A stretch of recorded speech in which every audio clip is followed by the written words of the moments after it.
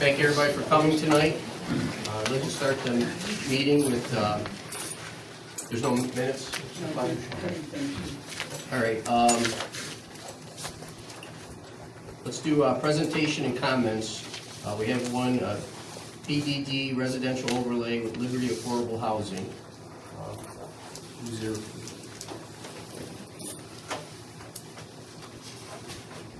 you'd like to come up here, you can do the presentation. Sure.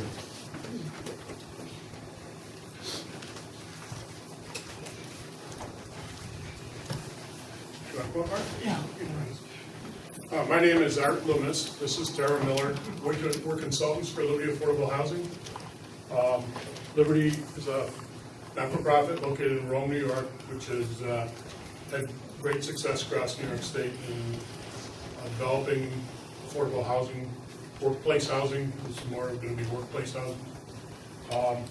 We are purchasing the Ramada and the old fitness mill on Champion Road, or at Chenango Road.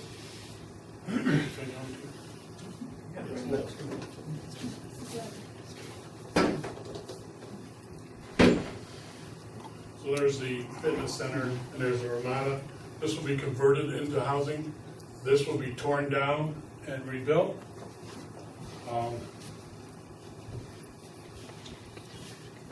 It's a site plan showing the existing Ramada, and then townhomes would go over here, parking.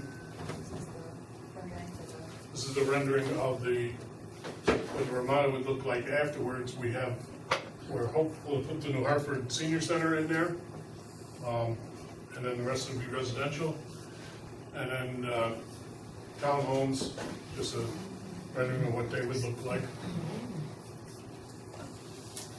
But we'll clean up that area quite a bit, but we need the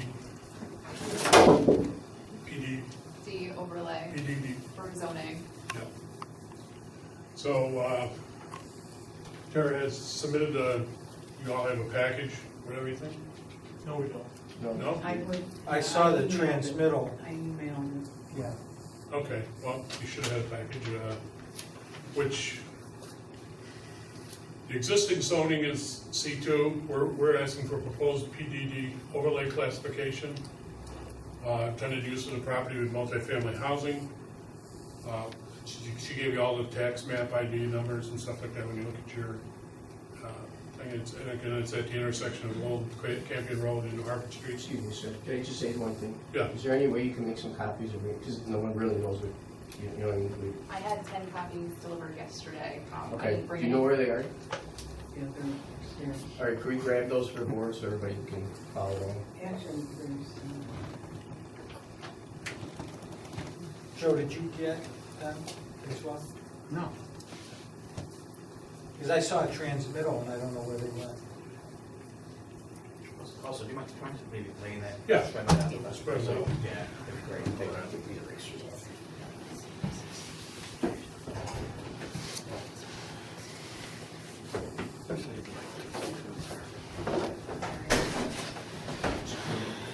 Last one. Get all the We usually have easels, but there's a board meeting tomorrow, and they took the easel. So how many townhouses did you say? There'll be 40 townhouses. The total property, when we use both sites, is 7 acres. And the Ramada will be converted into 53 one-bedroom units. There's That's a the pool. senior housing. Yes, There's a that'll pool. be Did seniors. you retain the pool? Yes, the pool is going to be retained. Where's the Ray Hill Trail? Are you going to have a connection? into Yes, the- yes, The we'll walking connect, we'll trail? connect to the Ray Hill Trail. From the townhomes, so they'll be able to, somewhere on the property, we haven't figured that out yet, they'll be able to get over to the Ray Hill Trail and use that. Stormwater, we retained, Hartford. and he will do, on the drawings, you see retention basin here, one here. Those are just shown to show the need. He has got to go into all the engineering and all that. We're going to the square footage of the townhomes is actually less than this building.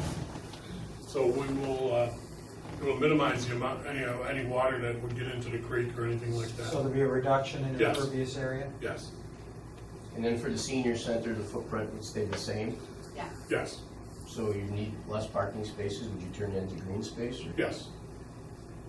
Yep. Would you provide any additional recreational facilities for your residents? On the. Common areas, gym workout area, anything like that? Usually in our senior buildings, we always have workout, we have fitness rooms. There's a And fitness that would room be in for there. anybody within the entire project? Yes, yep. Where did the senior center proposal come from, Paul? The senior center?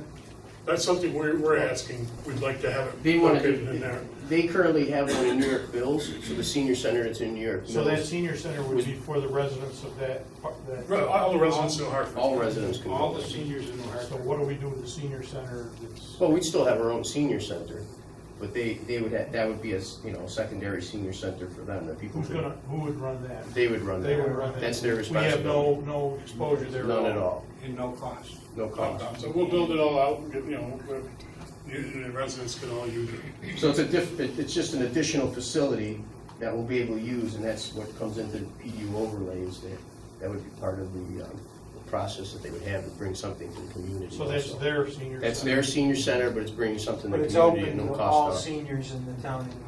On the Ray Hill Trail, that's a significant connection that should happen. Does this parcel actually contiguous to the trail? It's right there. The extension that comes this way into New York Mills, I would Yes. say is probably contiguous to our property. That's the one I'm talking about. I'm not sure that it is. It is. It is, Rick? Yeah, it's right there. Yeah. Okay, It's on Rosenblum's property, isn't it? that's what I No. mean. Is it on our property? It's on our property. Okay. So we could have a connection directly to it? There's a detention area there Oh, good. between the two properties. There's an easement at the back of that property. Yeah, For Jen, the Lumatics?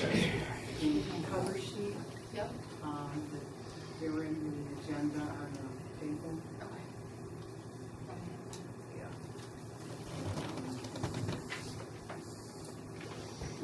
Just another quick thought. Sure. Since we have other plans that were presented to the board, any thought to single level? And the reason why I ask is. For the townhomes, Yeah, we have not, why, there seemed to be a need, was it Clark? Yeah, Yeah. They came up and it came back because there's a demand for one level. one level? Right. So I didn't know if that was part, or it could be, I mean, this guy, I don't know how it's preliminary or not, but into your design, it may be, and it'd be attractive to people that don't want to, Certainly something they look into, Yeah, we and look be into. subject to engineering and how it fits. Right. And you also, when you spread out on a single level, you're taking more space out of the ground and then diminishing your green spaces. So it just, it has to lay out properly. It certainly work well here. Yeah. What? This design was to try and get them up in that 90 unit, makes the financing easier to work with. We can certainly look at single floor units. Would you adjust your ingress and egress to one driveway? Looks like right now there are We have two. one over here for the townhomes. Oh, okay, that's gonna come in off the Shenango? Yes, Is that off the existing road that's there now? doesn't look like it is to me. Well, it's off the And again, Shenango Road and one is off. These are renderings that are not set in stone. Okay. We'd have to look at that. It may be about where the road is now. Just review again, there's 40 townhouses. Yeah, 40 townhouses for families, workplace We have housing. 40 units. I don't know if this is. 40 units, okay. Okay, 40 units. And then 53 one-bedroom units and one two-bedroom units for seniors in over here. So the, So the total is 54, or 94 units. the townhouses would go where the tennis courts or whatever. Yes, yes, that will be come down then. senior center would be built where the old restaurant was, and we would save the kitchen and have a facility where the seniors could come in and actually do more than they can do in a normal senior center where they have just a meeting room.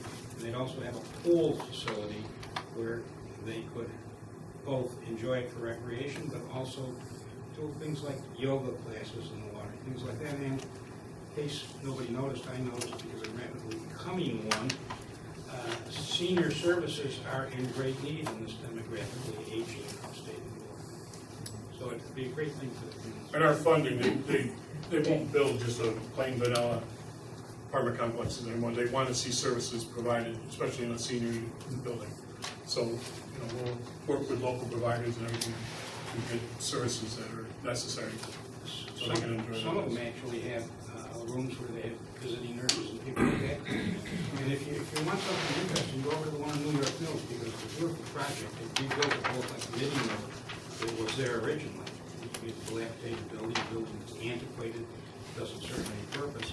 The senior center there is busy all the time. Yeah, and in that case, the existing New York Mills Senior Center was on the second floor of the fire department. Seniors could not get up there. A lot of the seniors couldn't get up there. So built it. If you're in the back of the building, the senior center is on the ground floor. From the front of the building, the apartments are on the ground floor. And, not only do the New York Mills Senior Center uses it, but various clubs and different things like that use that space as well. Mark, as I remember, at the restaurant, there were a couple other, like banquet rooms or something Yes. adjacent. Would those be available for use for card playing and things like Yeah, that? we'll, for seniors? within the building, we will have a community room that Oh, is good. just for the seniors in this building. And then we'll have one that's open to everybody. And they can do wonderful things now with key locks, like cards for their apartments. So they'll be able to get into one part. Residents could come in, or residents in Hartford be able to come into the building, but not get into the areas where the seniors would be. So is there age requirements? Is there a, Yeah, seniors will be 55 and older. so this would be exclusive to the 55 and over? Yeah. Also for the townhomes? No, the townhomes is gonna be workplace housing, so it'll be for families.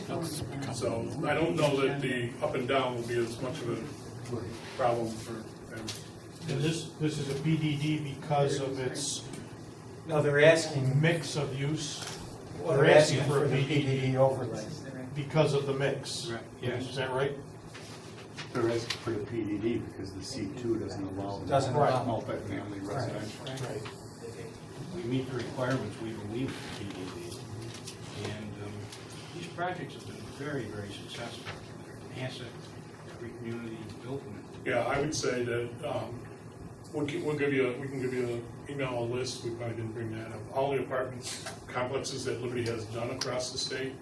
If you were to ask anybody in any of those city governments, they will tell you that Liberty completed everything they said they were going to do, and that the complexes are running well. We started to talk about the pool, or the plan is to cover it. And I was so gonna it'd be say, it's easier- an outdoor pool, Yeah, so it's not something, well, our plan is to enclose it and be able to use it year-round for these types of classes that Mark described. What's your estimated time to complete the project? Well, we're going in for the financing, The application will go in this year, Yeah. and it's reviewed, so we're hoping to go in sometime in 2019. By the summer 2019. He has a contract with Utica College to provide dorm rooms through May of 2019. So we're going to try and close as shortly after that as we can, and then probably a year and a probably little bit. 18 months for a construction period. These closings are scheduled not every month, Right. and it's almost consistent to always be pushed off 1 or 2 months Yeah. from your original scheduled date. So if they schedule us for February closing, that means we'll close in May. Okay. so our purpose tonight is only to allow this to go to planning. Yes. Accept it as a complete application forwarded to planning board on the site plan. We're lead agency on the zone change. They would do the seeker. I'll make a motion to move forward. be good for the area. Motion by Jim, I'll second. second by Rich. Discussion? All in favor? Aye. Thank you Okay, very much. thank you guys. Thank you. Thank you very much.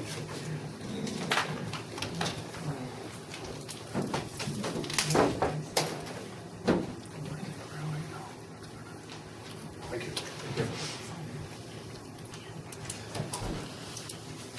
All right, next, sorry. Would I be able to collect those back, because I'll have to send them to I have a copy in the my office. planning board. Yep. I have all this in my office, if you guys want more. I got more.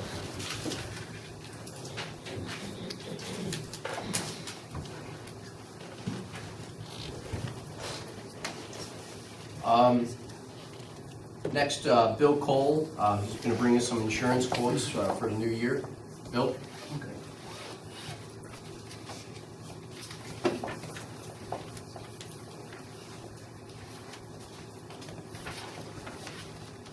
Kind of a summary for what we did with Travelers, so the renewal, and Niner, and also Houston Casualty, which you were with for many, many years, so.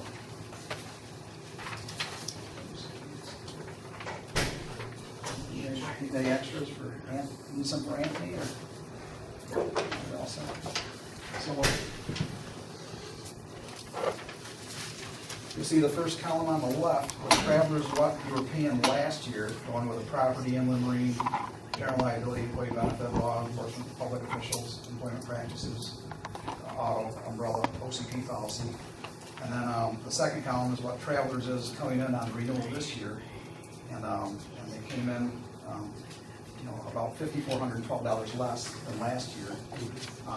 And then if you look at the changes throughout the year, we've added, some mobile office, garbage trucks, some different things. We've added and deleted some different trucks and some equipment. And Oneida County made us go from a $4 to $5 million umbrella. So we had to go up from a $4 to $5 million, and that's about $4,500 per layer. So. And that cost went down? Yeah. Well, we did some powerful negotiating with Travelers and also with Houston Casualty. We insure over 20 municipalities. You guys were there for over a decade, I know, previously, and they and Houston Casualty came in $13,694 less than you were paying last year. And if you figure it in reality, you went from a $4 to $5 million umbrella. That's $4,500. So you're about $18,000 ahead from last year with increased coverages and increased exposures. Sure. And they also they have a separate EPLI policy, which is sexual harassment, civil rights discrimination, and public officials, where Travelers has it all combined into one. They have 2 separate limits for that. And they have a separate silo aggregate for the umbrella of the $5 million. It goes over separate aggregate for each limit over EPLI, public officials, auto, general liability, law, and employee benefit liability. So it really gives you 6 times 5, $30 million aggregate on the umbrella. So it gives you the advantage on the umbrella too.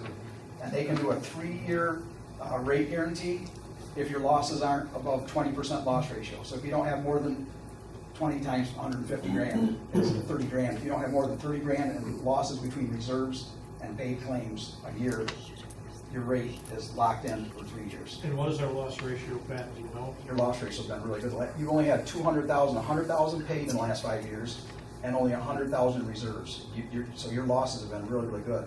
5 years ago, it was about $1 million over 5 years, a previous 5 to 10 years ago. So, and Houston Casualty, I talked with their head guys today, and they really want to bring in their risk management division, and they want to bring in loss control to continue that trend and really be, very, very proactive with you guys to make sure we're doing all the safety things we can and really, roll out the red carpet. So.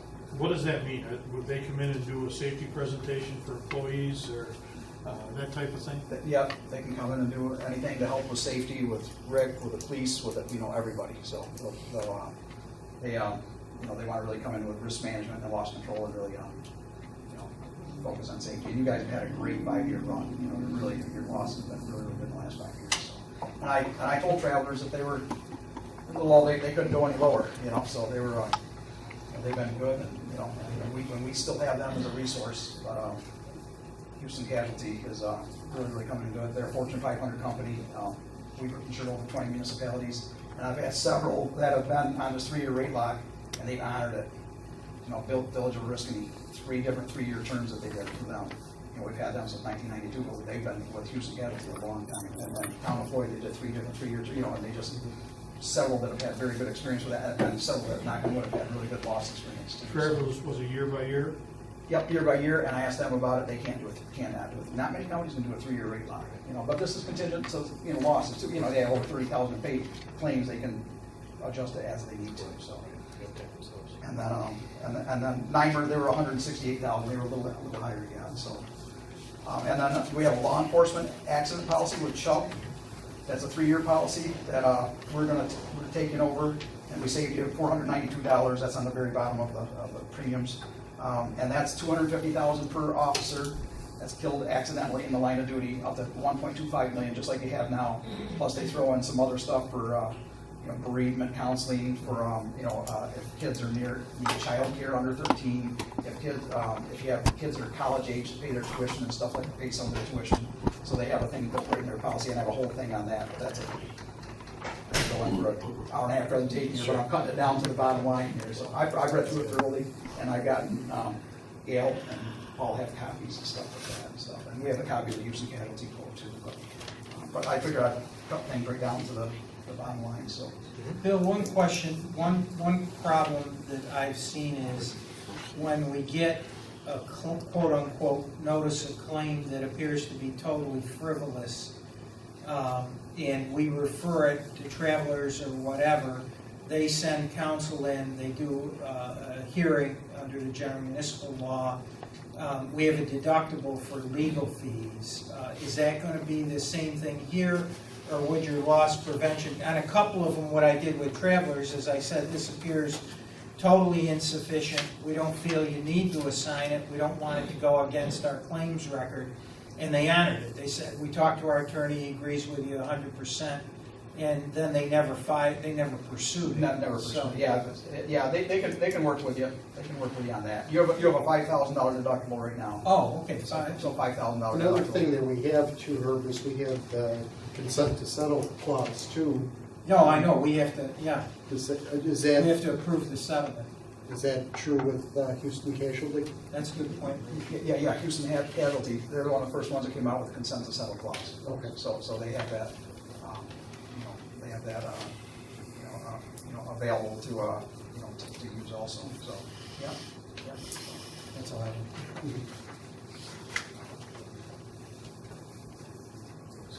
Any other questions?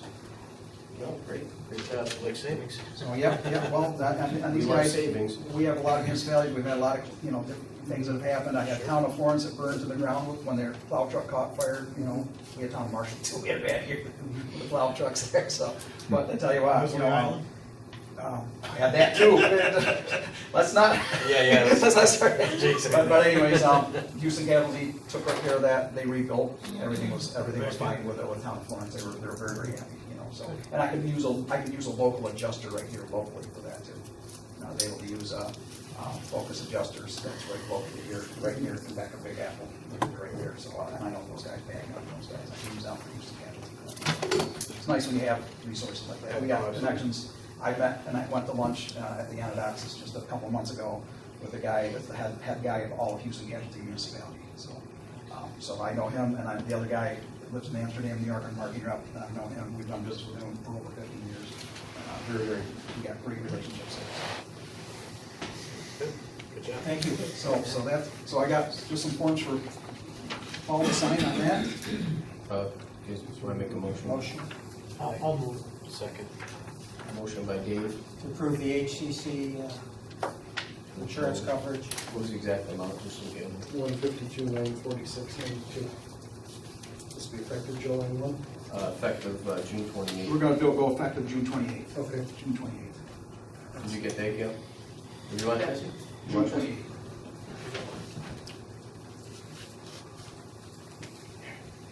Effective June 28th. And then I also have a broker of record to come up for, we have a pollution policy, an excess umbrella policy, and a crime policy right now that are with Travelers and different carriers to take those over. Those are all like $3,000, $2,000, $1,700. The tank policy, we're gonna send in the broker record and see if we can find the locations, and then Rick, I can contact you to find out, because on the policy, I couldn't find where the locations of the tanks. You have a $2 million pollution policy for the tanks.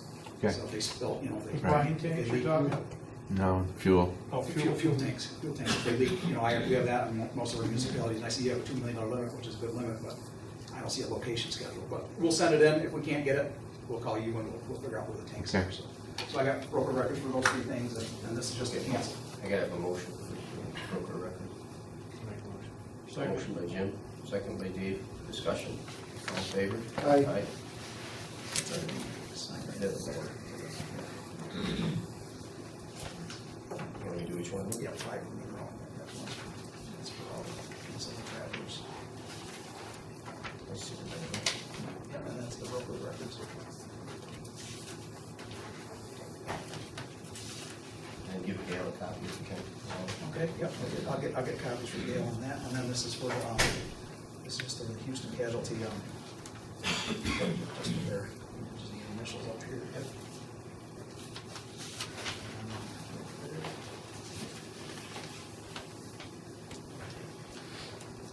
That's rejecting terrorism. Specified, I believe. Terrorism. And that's it, and I'll go ahead and, I'll make copies of you with the office. Perfect. Thank you Very much. Thanks, Appreciate it. appreciate Everybody, it. thank you very much, and we'll take great care of you guys. Okay, thank you. Spread the wealth here. Good news here, so. Well, thank you. Thank you very much. We're glad to help you guys out, so. All right, thanks, very Bill. much. Appreciate it. Good save. All right, next, public hearings. Anybody would like, public I hearing? qualify for that, I don't know. You gotta tell me when I qualify. Yeah, you can look. Sam, just stand up, just tell Gail so she knows your information. Oh, I came because they say they were gonna. No, just tell her your name and stuff. Oh, She has to my put name it in is the record. Sebastian, but they call me Sam. For Sebastian, if you want, with low on the hand. Oh, okay, Pagano. And this is my wife, the translator. She be talking a lot better than me. And I live on 103 Washington Drive, north from New York, 13413. And the reason I'm here is because if you guys willing, you're gonna see the truth that right now it's going big time. I make it short, I would like to request something, not only for me, for everybody now. It might be the first one to pass such a law, but God bless you, be nice. For the sake of the citizens, for the sake of anybody. You weren't here last time, but this is regards of bush and trees. And if you come home my house, I got fence all the way around, I got Jaman's house. Saint Jaman used to live there. You move us sold the house because of the pathogenic. I still got leftovers there, which number problem, bush, trees. I don't want to spend a penny, I think they should be liable. Right now I got a mess, if you come over my, that's what I came for. I came because that, I had a couple neighbors that's supposed to show up, maybe it's a problem or something. The reason I say this is because he wasn't here, and then Mr. I Chicken reviewed was it though, here. I'm familiar with it. Oh, have you? Great. Basically, they had a tree right, This is my wife Katie, by the way, it's sorry. here's our fence, they have a tree right there. That tree died, they actually damaged the fence taking down the dead tree, they immediately planted another tree right, even closer to the Foot away fence. from my It fence. was not an accident, she had a bucket, she planted it on purpose, this was not just a seedling that sprouted. The fence, now the tree is, the roots are growing under the fence and raising the concrete, not concrete, blacktop driveway we have, you can see it bulging from the roots. And the tree itself is hanging over our back roof, our fence, I got and picture then the on whole this camera, if you wish to proceed. length of the I'll be fence happy to on show. their side is like shrubbery that's just grown wild and it's growing over the side of the fence. It's a wooden fence, so basically it's the problem. It's They even claim buckling that the they grow driveway. grapes. It's wild grapes, and it's coming on this side. It's not Mr. great. Sears himself, The leaves are not great. Dave, has been there many times, he knows the problem when he was a police officer, when he was a sergeant. Basically, We got a put little up the bit of fence. knowledge, right? We put a little barrier of stones where nothing was supposed to grow. We put flashing under the fence so that nothing would go under the fence. And the neighbor managed to cut herself by pulling up the flashing and bringing the stones over on her driveway and saying the stones moved into her driveway, so. And she was gonna sue me because she got caught on the fence. I says, go ahead, no problem, we got insurance. So basically, I it's encroaching on our property, and we would like them to do something. I don't think it's right that we have to pay somebody continuously to trim her tree, her shrubbery that's coming on our property. That's basically it in a nutshell. Thank you. Thank you. And the reason I came because they say that today maybe they were gonna go down there, or maybe, I don't care if you go late or today, whatever. I said, no, don't thank you. Oh, Oh, hi, Guy. This is our neighbor, Guy. Sure. Paul Mary. Welcome. he still lives in town too, he's We have one over my there, neighbor, too. one of my neighbors, one house between me 99. and him. And he's got problem, sort of like mine too. Right. Then there is another one, Mr. Collins, he's got sort of like a problem, and he's outstanding. His father used to be, I don't know if he had his job, or he had a job like, I would say he was like, for the assessor. Sorry about my English, okay, I'm still, he was assessor. Mr. Collins, he lives nearby, across the street from him, and his father was assessor, many. So you're kind of having the same problem with your absentee neighbor there, right? Sort of There's like, just yeah. nobody there. Yeah. Place has been empty since day one. Or they have the That's right to 14 trim years. On their side. On their side, Right. and they It's a have done civil that. You have per se trimmed. issue. No, he doesn't want to have to pay the cost. No, I understand, but in the past, you have trimmed it, is that true? 30 years I've been there. You have trimmed I it? know, I paid somebody. Yeah, all right, but you, yeah. Because I got told that she gonna sue me if the tree die, I got told if the bush die, I gotta pay her. And the roots that are now affecting your driveway? Yes, okay, so you gotta do, you wanna see, I'll leave your number, I pick you up. You gotta believe what you see with me.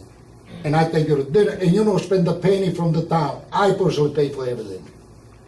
Because I'm a man of my words, I pay for lunch, dinner, whatever it takes. When you come there, you see, you make your own opinion. Joe, that doesn't come under any kind of nuisance statute, does it?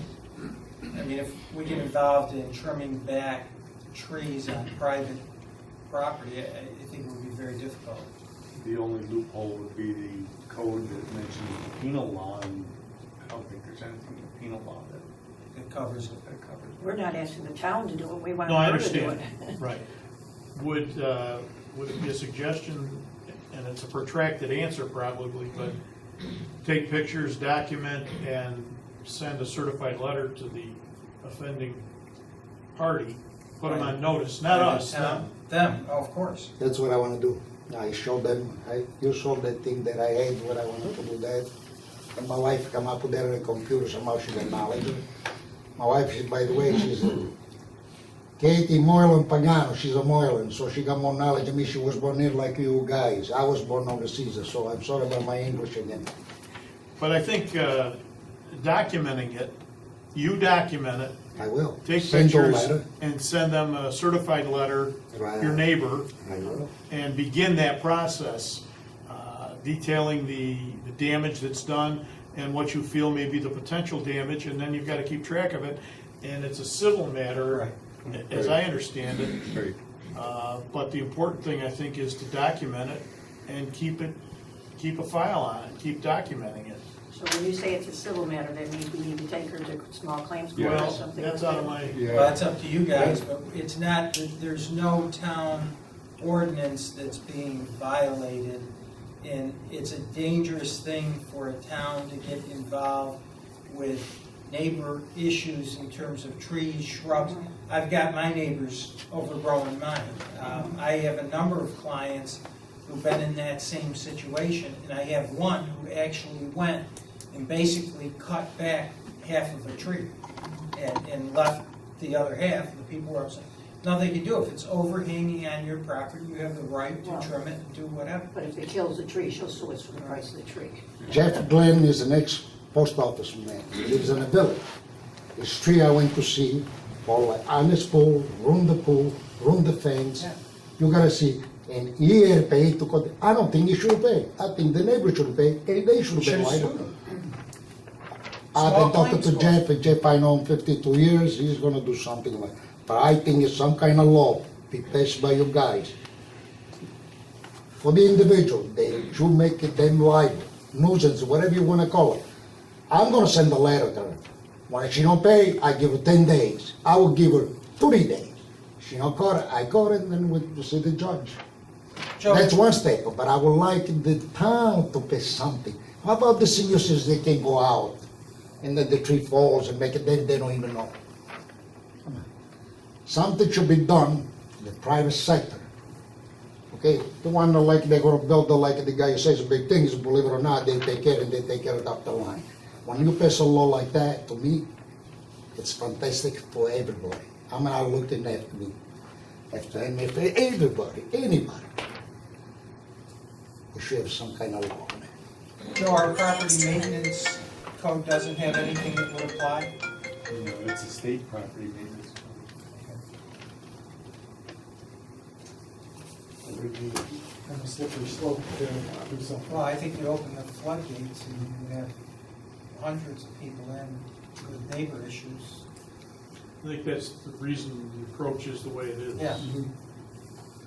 I feel terrible. Right. Yeah, Especially no, no. 30 years this year, and in fact, Mr. Sears, by the way, he's out, I want you to know that, you know. And we gotta look out, and he lives across from my park, it's illegal to live across from my park, the way I understand it, so many feet. Yeah, it's- I keep an eye on everybody. How is the property, the condition of the property, Joe? Is there any violations there? Or- Oh, they been many. 2 sheds that were taken down because I complained. Trucks sinking into the ground because it was in business. That's my property next door, that's residential. Used to have trucks, 2 sheds. About the police coming over my house, and Mr. Scissor should know, shot a possum because he fighting my dog, 3 shots. I found the shells. Okay, you know where it came from? Next door. I got things that, if you come over there, you see, you're gonna say, Like a jungle. only what you see. The possum was shot because my dog got a little scratch, and they say, you keep the dog home, don't let her out. If there is a rabies, we're gonna quarantine her. I says, okay. If you come over there, this, the problem even for the electric company, or the wire, they climb over the wire. How they could clean them, I don't know. I don't think they'd be able to. They gotta cut the wires and replace the wire. Cut the, I would love to, you guys come and look. One time, many years ago, I got Mr. Michonne come over there with a letter says, so he's got a little bit of knowledge. What were you gonna Chief, say, guy? he's got a lot of knowledge. What were you gonna say? No, I was just gonna say, from what I'm hearing, I keep hearing this nuisance. Is there a law or something under nuisance? Yeah, we do And if have a that is, what- nuisance if it is, ordinance. What, can you But explain a it little ties bit? in, it ties into the criminal statutes. Is that right, Joe? Our The current one nuisance? section does, the rest are for like high grass. Yeah, So what are that's some, like our I park mean, what, maintenance code. so what's this nuisance? So when you say nuisance, high grass comes under nuisance? Yes, So an unsafe building. unsafe building? So how about a building not being taken care of from the outside of the looks of the building? Well, we have a property No, that maintenance would be code, property maintenance. and Joe enforces that very, very strictly in terms of any violations. I mean, the house next door to me, at one time was barely, grass barely getting cut, and now they do have someone, every once in a while, someone does come by and does cut the grass, but there's like a million limbs stuff because of the trees, it's loaded with trees, and a lot of limbs fill up the yard, and if it's real big, they'll move it smaller limbs. When I say small, I don't mean this, I mean this. They just chop everything, they just go through it, they just chop everything up. In the fall, I hate to say, I work my ass off because so many trees and everything blows over to my side. I work for about a month or month and a half moving leaves out of my yard because I'd have them this high. Because nobody ever, and they've been there, the house has been empty for 14 years. And in 14 years, that house has never been raked of leaves, never. The leaves could be this high, and come spring, they'll go through, chop it up with his tractors, whatever. It just leaves a big mess. But nobody wants to take time to send somebody over there and rake it, clean it up, because I'm getting it all.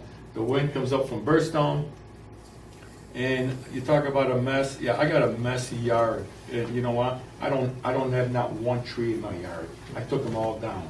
Not one I have. But you would know it. You'd think I had a ton of trees. You can't even see my driveway, my lawn, Tell them about my the drain, shrubs. the drain, what he puts The in the drains, leaves. the on drain drain. just fills right up. I'm constantly blowing them off with the blower to keep it open, so water comes from the back and it rolls down. I want, if they get through there, but it's been empty since they got it, and that's 14 years.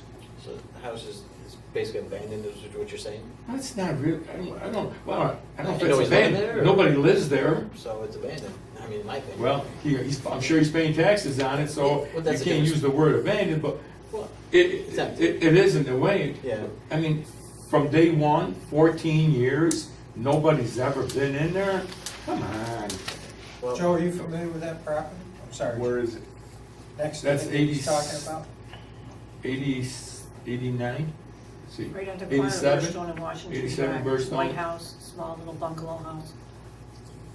That's my little The old ranch. lady was great, Ranch. she lived there, she was great. It's on the corner of Burstone and, Washington. In Washington, right on the left-hand side, the very first one, corner, Northwest side. corner property there. I So- mean, it's been empty since, like I said, since 2004, I think it is. So it sounds like we have two issues.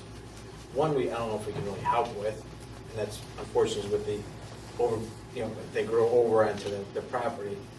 The other thing, what I'm hearing is when other things are overgrown in front of homes and so forth, and I remember Beechwood, I didn't know the house had existed. And that was, so I don't know if there's something we can do, because we have a lot, in place for 10 inches. So why couldn't we do something for things that are overgrown? Because obviously, we're looking at the neighborhood to be, kept up.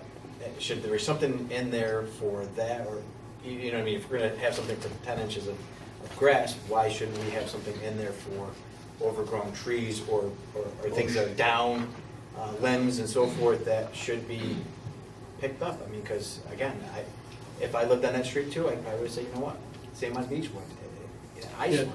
the only difference on Beechwood was the structure was compromised dramatically. The trees were secondary and really weren't part of the issue, I don't believe. No, but it was overgrown. You couldn't It even was see the overgrown, house. no, I know, I You know, understand, So that's, but the structure itself was Right. so compromised that that's kind of what pushed it over. right. So I just didn't know if there was something that we can look at in terms of, Well, it's just that, a person has always got to spend money in other words, my wife has been after me for a few years, and she's pushing again this year. She wants a high fence along the side of the driveway. She does not want to look at that house. The way it is in their yard, the house, the garage part, it's really a block. It's a block house. So the paint has been peeled off of there. Looked like a while back, he got one person came and patched it up with mortar, but now it's all mortar marks all over the place. Well, finish it if you're gonna do it, paint it or do something. It just looks bad, is what it is, you know? And everybody that rides by, that lives on that street or walks by, they're always making comments, you know, about that house. Well, you know, what I say is, I can't do nothing, that's the way it is. He wants, you know, if he doesn't mind keeping the house looking, you know, like the way it does, you know, we don't. A lot of us people there, we like to keep our area clean and nice, cut the lawn, rake, whatever you gotta do. I mean, we like to keep the area nice. And sometimes certain things forces you to. Can we look at that parcel, Joe, for property maintenance issues? Certainly, we can only go so far, but if there are property maintenance issues there, that we can address. So. And Joe, doesn't the partial painting, doesn't that come under? That's what I was saying. If it's peeling, Yeah. it's, It Well, sounds like. it's not even finished anymore. It's not- He had well, if it's somebody two different come colors, a it's few not- years back and put some, what's what was white. Now it's got all mortar marks. Looks like somebody was trying to patch it all up. And I talked to the person that was doing it back then. He says, I'm not even gonna finish it on nothing. He says, the guy to work for is horrible.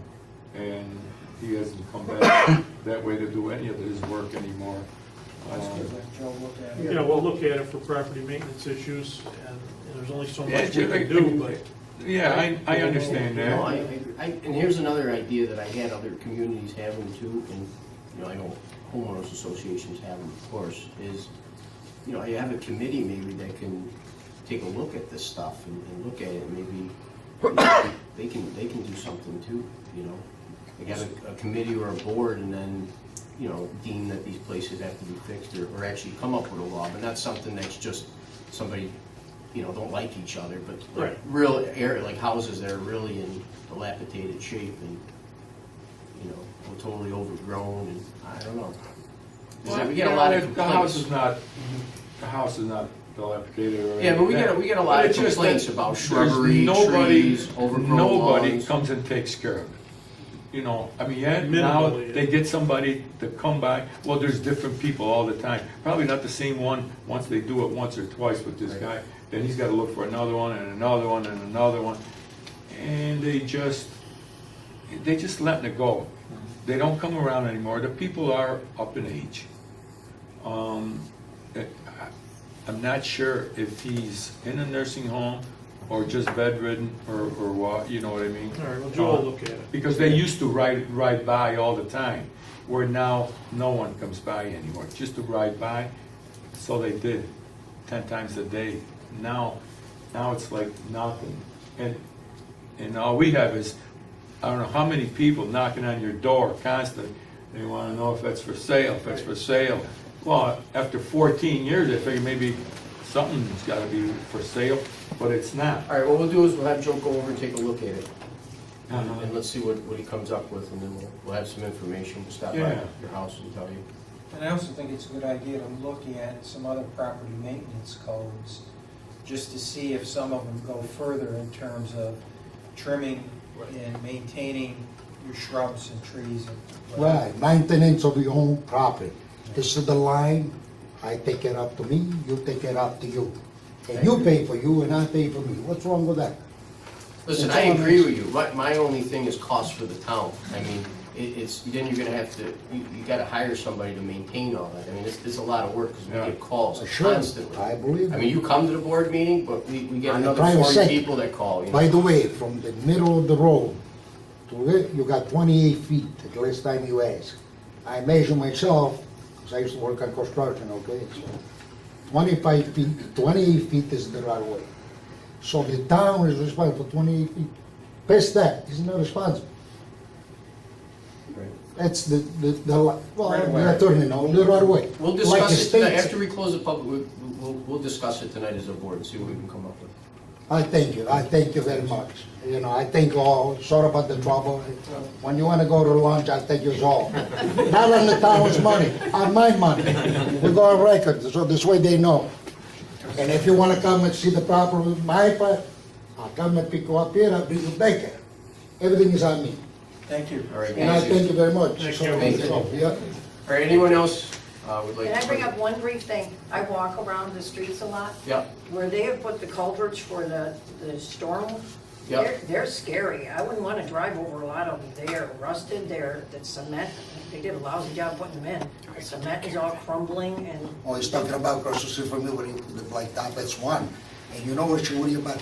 When you go down the block and make a turn, and Reed I could Street. make a turn. Reed Street. She worry about it end up in I'm a, afraid a car is gonna go right in that hole, you know. We have don't a- do it, that's all. As Go soon as around we the get block. caught up, we have a crew going out, and we're GPSing all Oh, okay. those, and Yeah. taking condition reports, and marking down what Yeah, breaks there's a need lot to of be bad fixed. ones in our area. Okay. Thank you. Thank you. Anyone else? Yes, sir. I called the town and the county on the Sir, if you can, just state your name for Gail. so she- Thomas Mahar on Cascade Drive. I called both the town and the county on the traffic pattern on Higbee Road, Chapman Road, Valley View. Extreme traffic of big vehicles loaded with stone and whatever. Chapman Road especially, that's a potential. May not happen today or tomorrow, but eventually you're gonna have one of those trucks go down through into Washington Mills, or they're right next to a school. You know what can happen? There's too many trucks, and they're loaded, and they're using that place as a shortcut. Why in hell aren't they using Route 8? They come off of Frankfurt Hill with the big trucks, so they can get onto Route 8, you know, and vice versa. They come off of Route 8, they want to get down in the valley. So that's the shortcut way. They can go around through 12 and 5, whatever, but that's longer for them, you know. Now with the trucks, with the transmission, that is nothing, no hills will stop them, you know.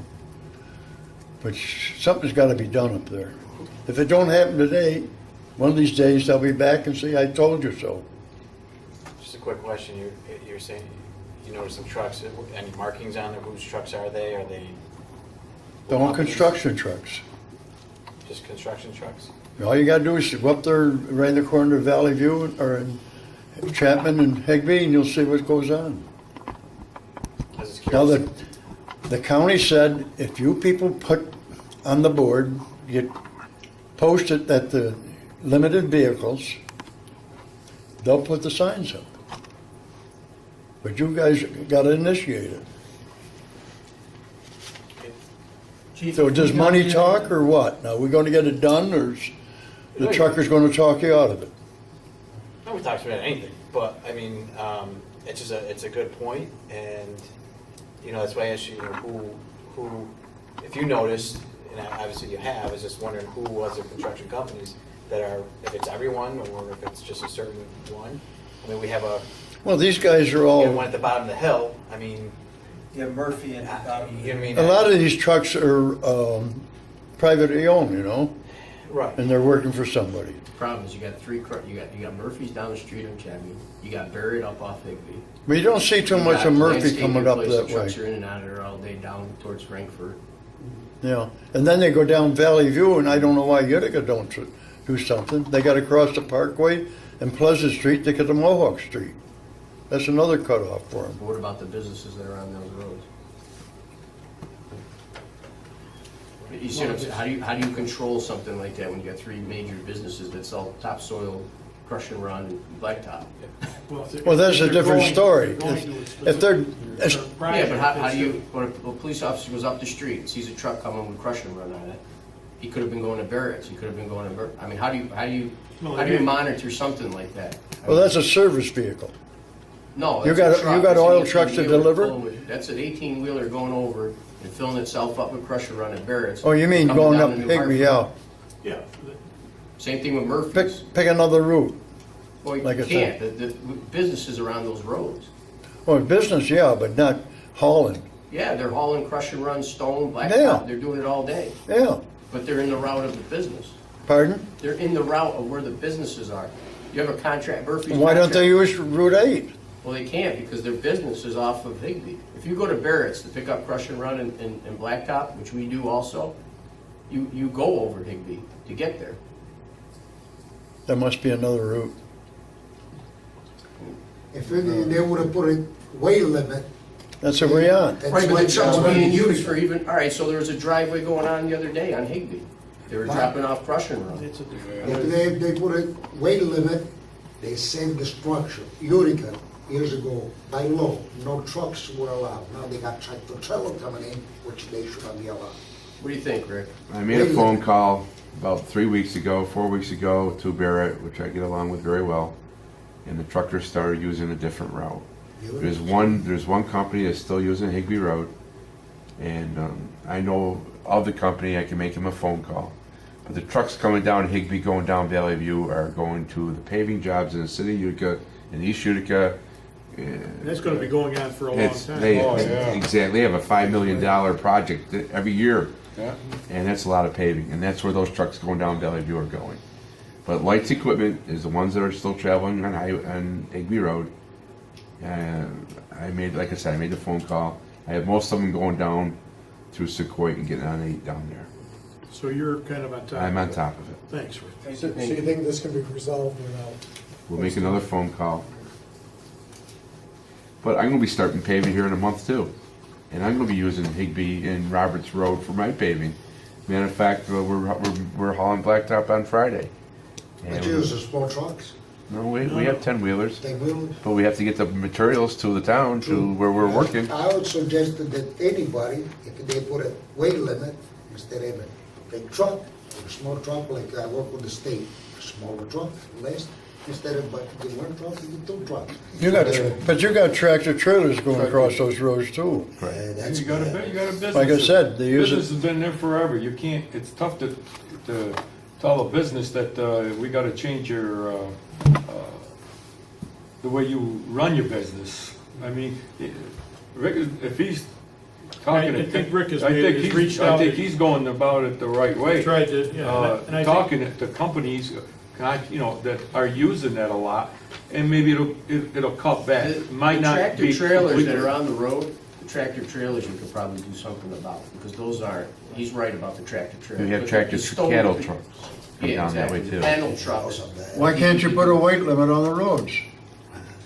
You can't weight limit the service trucks, because then No, we'd be against ourselves. I work for the telephone, I know what, Sure. service So I'm saying trucks. if you got a 53-foot tractor trailer, panel truck, there's no reason for you to be in our neighborhoods. No. But if you got a dump truck full of crushing stone, they're there every day, there's people working everywhere. But these big trucks are, big long ones, and they're loaded with stone or whatever's in them. Right, but the they're ones with covered stone over. again, it's people, it's going for paving It's a and, weight limit for them, doesn't. all right, I think Rick's I'll make got a another, handle I'll on make it. another phone call. Okay. Thanks, Rick. It's not only, Go ahead, Jim. raising hell with the roads too, We should do something with the tractor trailers. Yeah, the tractor trailers, I think, are, because they do cut through. It's the same company, he just bought some new tractor trailers, dump trailers. But we have Crusoe all the time coming through there with his cattle trucks, constantly. That's how- Everybody uses them. Right, it's, yeah, I know, it's a- Well, they're county roads too, aren't they? yeah, Yeah, they're all county. yep. But, Well, thanks for. yep. Thank you, Rick. Okay, All right, anyone else? I just have, I don't know if you bring it up to this, it has nothing to do with a complaint. Well, can you just elaborate a little bit on the new system that you had on picking up, Actually, Rick could probably go over that after the meeting. Rick can go over it with you. okay? Um, I mean, I know there's been a big change. Yeah, he can go over it, and Just wondering it's how on our that was website going too. and- Oh, is it? Yep, because there's a big detailed list, what we pick up, what we don't, when we pick it up, and how we pick it up. But if there's any other questions, probably Rick can help you. Well, probably the one thing that you just said, Yeah. you probably won't find it in there, and that is when to pick it up. That's in there too. Since all of a sudden, you got a date? They're in there, sir. I don't know. You gotta check the website. I don't think you got a date, because they come whenever they can, is what I see. I know it was made so that now that it's supposed to come every week. Right. And sometimes it might be 2 weeks, or into the second Speak. week. Because Rick, it's- take the stand, Rick. Because. We had a major snowstorm in March with wet snow. It brought numerous Oh, I know Numerous that. loads. I I'm up to about understand 400 loads of brush I've picked up in the town of New Hartford. that. I can imagine. After that storm, we had a windstorm. Right. We had a thing go through here just the other day. I got more brush down again from 2 days ago. Right. So once we get caught up, Which might be maybe never. well, But if I'm the saying, wind you know, keeps bringing them down. because- Yeah, but you once gotta we- remember, you had the same thing in the past years. You had the exact same thing going on. You had the winds, you had the snow. Not like this year. Well, maybe No, not, but you know no. what, we still. I have my numbers. No, I understand, this was pretty bad, we've seen it, I lost a bunch of stuff too. Right. But the thing was, we had specific time and a day that, and you Some know what? people. For years, it was, you were on, right on every time. Once in a while, you got a little black, but you know what? It was the next day. So the thing is, what I'm saying is, again, it's for some people. I like my area to be nice. I try to keep my area clean. For me to put stuff out there and keep it there for weeks, I don't like it. That's my area looks like now, and I don't like it. When they used to come around every 2 weeks, every other week, to pick up with the loader, I knew it was gonna be a Monday. I'd be out there Sunday, and I'd be putting everything out Sunday, because I knew it was gonna be picked up Monday. If not, Tuesday for sure. That's, you know, how pretty close they were all the time. But you Now I did, can but put you stuff. did that, but you did that. No one else did that. That was the problem that we had. No one listened to the rules and regulations. Well, I mean, I just- And then everybody in the whole city, some people were tearing stuff out. Well, because I mean, people they don't were down care. in Some- Utica, they wanted to pick us up. Well, you know, some of them don't care maybe how their front lawn and their area looks. You know, most of us up Right, there on but sir, that it street are didn't, it pretty didn't, good. if it worked, we would have kept it going. The problem was, you did it that way, because you were on it. But guess what? Two people down the street, the minute our trucks left and picked it up, they threw more stuff outside. So that process didn't work either, because then it was sitting outside, and everybody says, well, you didn't pick it up then. So you can't And win, or this- else people and- follow, wait, excuse me, let me just speak. Yeah. So you can't get it done right if you don't follow the regulations, right? So if everybody's gonna do what they wanna do, Right. that's what you're gonna have is total chaos. So For what we sure. did was, we said, now just put your stuff outside, because actually we're getting less complaints and less calls, because now people aren't, putting their stuff out and then saying no one's picking it up. I mean, you're the first one, to be honest. Well, they There hasn't will. really been many complaints this year as there was Which is last year, good. it was out of control. Well, I mean, I see even the change that you guys made, I see you guys are still going beyond as far as picking it up. You could be leaving a lot of that stuff, Sure. and I Listen, see Rick that. and his guy, they You know, go above so I and do beyond. see that you're not just Did you ever following read the the internet strict on our rules. site? Trying to be reasonable. They are, because Yeah. I see it, I'm seeing it, Right. where people are not following, and. I got a perfect example. They stop and they still take the time, but that's the thing. If these people aren't gonna do it, you're not gonna get on schedule. Well, so let's stop it here, but I got a perfect example for you. I was in a truck with Rick the other day, somebody calls up and says, no one picked up my stuff in 3 weeks. Okay, I said, Rick, let's call him back and see why he didn't pick it up. He called this guy, and the guy had root balls on the trees. Well, it says right online, we don't pick up root balls. DC Right. won't let us pick up root balls. So we called him back and told him, now we understood. But besides that, if they just went online and followed the rules that are on there, it'd be an easy process. But Well, I'm gonna I- leave you at that, just because we have other people in the Yeah, audience. yeah, who's- no, I no wanna problem, help yeah. out tonight. Yes, sir. I'm one of those that offends you. I can't put it out in one day. So I start early and start piling it up. That's why we have the new program. They put it out in the week and we come back. Now, I can't do it. Right, but now you can put it out all through the week and we come get it. What I used to do in one day takes me 4. Right. So now the new program is perfect for you. So it works. All right, moving on. Anybody else? Yes. Sir. Hello? No, we ain't got nobody. Nobody? Did you want to talk about it now, or? Yeah, let's Okay. just come up, step up here and say your name if you can for Gail.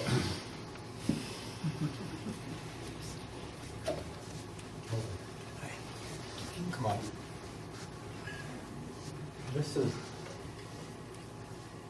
I'm Mark Wolber, and I'm representing Mark Karam And in his house, there is a flag that's just a few feet from his bedroom window.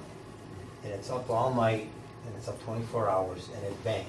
And I've been up there and heard it, and it bangs, and it bangs, and it makes a noise. So I called Paul, and I asked him, just wrote a letter, and I showed him a section of the law that says that you cannot maintain it's a nuisance. There's a section, there's a paragraph that says that you can't do anything that is unreasonably disruptive to the peace and quiet of the neighbors. So I contacted Joe Booth, and I talked to him, and he didn't get back to me. And all we're asking is that the flag be moved to a different part of this person's property. It doesn't need to be where it is. If he wants to put it up in the day and lower it at night, that would be fine. Just lower it down, because it's during the day, it doesn't bother people. You can't sleep at night because of the noise that it's making. It doesn't need to be up at night. When I was a Boy Scout, I remember they said you can't fly the flag after sunset or put it up before sunrise. And if he followed that rule, it'd be fine. If he wants to keep it up all night, I don't really know why he has to, but just move it to the other side of the property, don't disturb it. Mark, so you know, Mr. Karam, that your Yes, client yes, was yes. here a year, 2 years ago, gave a presentation before the board, and basically you're saying the same thing. This is an American flag that is Yes. hanging? Yes. Okay. And it is, there's a section, I didn't bring it because I didn't know until just a little while ago that he wanted me to come up to discuss this, but I wrote a letter. Did you, I don't know if you saw the No. letter? I saw the letter. I did see the Because I letter, wrote it yes. to you. Is Joe Yep. Booth here? I'm right behind you. You're behind. I All take right. exception to the By the fact way, that I he's didn't get very back to you. responsive. We had We had a a conversation. We had a And I conversation. forwarded your comments to Herb. Right. Herb didn't think it applied. That's Now, how we left I it. did point out to you those sections in the law when we And I talked, passed them when I on to talked. the town attorney. And I set forth the sections, and I don't have them in front of me, but it says that you cannot. I don't think an American flag is an unreason, my personal opinion as an attorney, having reviewed this, I don't believe that that American flag constitutes an unreasonable use or an annoyance. As I understand it, Mr. Sebastian, that lived next door at some point, wrapped it so that the banging didn't occur. I think that's happened and that alleviated the No, problem. it doesn't. Still, I heard it. I went up there and I heard it. I got a video of it. And here's a video of it. The thing of it is, it's not what creates the noise, it's that the noise is created, whether it's an American flag, or whether it's a machine, or whether it's a window. It doesn't make any difference. It's not the fact that you say, well, an American flag can't be nuisance. If it didn't have metal on it, if it were all plastic, and it didn't bang against metal, it probably wouldn't be the problem. It's the fact that it creates a noise that unreasonably disturbs Mark Karam at his house. It's close to his bedroom. It's not, there's no need for it, doesn't have to have it in that Well, there's location. a need for an American flag. I There mean, was no need to have it in that location. You can put it in a different location on the property. I don't have a flag at my house. I survived. I don't have a flag at my house. None of my neighbors have flags at their house. There's no need for it, but if you have the desire to display a flag to show whatever, that's fine. I don't object to showing a flag, but you can't do anything in a manner which unreasonably interferes with the right of the neighbor to the enjoyment of their property. People have dogs, but you can't have a dog and let the dog bark all night long to disturb the neighbors. We all know that. You can't say, well, Right, we have a an dog's not ordinance a that says nuisance. if it barks for 10 minutes. I understand that, but I'm It's a saying that, violation. but the noise ordinance says the same thing. It's a violation if something that you do creates an unreasonable noise that unreasonably disturbs a neighbor. It's right in your code. It's right there. When I talked to you, I showed you the section. I pointed it out to you. Well, And it's a there. year or And two I ago. apologize to you because you and I did talk and you said you turned it over to That's her. right. But I didn't get anything back in writing from anybody. Okay, I a wrote year this letter a or month two ago. ago, when he was here before, was presented to the board, and the board decided not to initiate any action. It'll be up to the board if they want us to pursue this as any type of a violation. Well, at the time he presented it, he probably wasn't aware of the section because he didn't point out to the board, and I apologize for not bringing it, but it is in the letter. You didn't get the letter? I saw an email from Joe. Well, I wrote a long letter that I sent to Paul, and I think it's a page Did and a you half. send it to me? No, I sent it to Paul. Okay. And I called him when I saw him out. I didn't get any response. I saw him out, and I said, how come you didn't respond to my letter? And he said, I turned it over either to you or to Joe, I forget. I said, turned it over, remember, you said I turned over something? Yeah, I mean, Joe, I mean. And I said, nobody's gotten back to me. So Okay, then so I saw him in court, and we talked about it, and I said, can't you, or we talked on the phone or whatever it was, we talked on the phone, and I said, can't you, just, it violates the section of law, it's your own law. We're not asking that the guy take the flag down forever, take it down at night or move it. And I showed him the section, and it's right in there, Herb, it says right in there that you can't, it doesn't say, with the exception of a flag, or it doesn't have to be created by a person standing there, it says it creates an unreasonable noise. Unreasonable noise. Right, yeah. well, that's unreasonable to have this thing banging all night long. I mean, I wouldn't want us to try to stay next to that.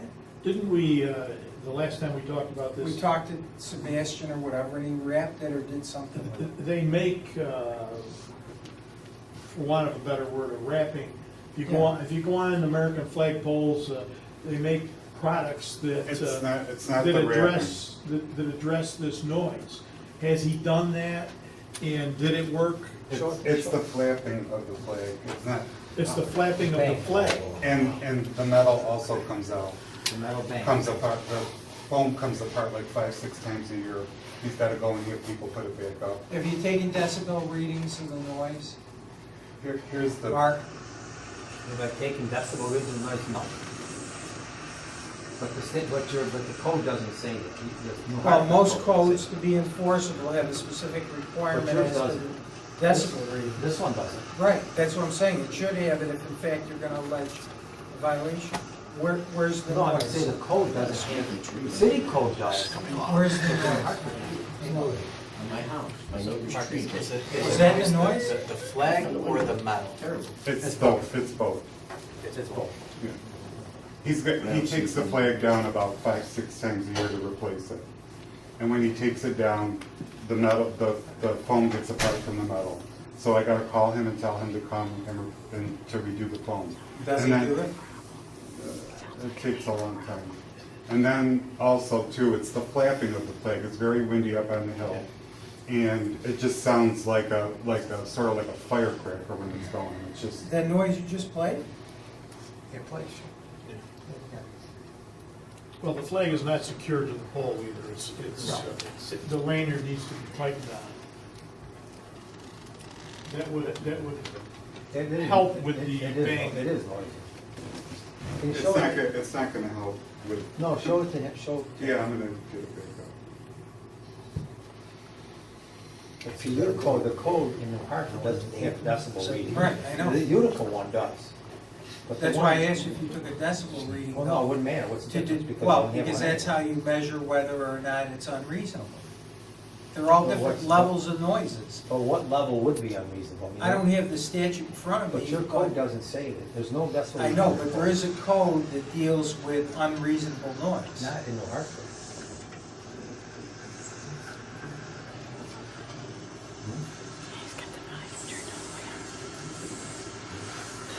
You want to hear it? Listen, you gotta come to my house and hear what that sounds like over there. Well, thank you. It'll be up to the board to decide what they want to do. Sir.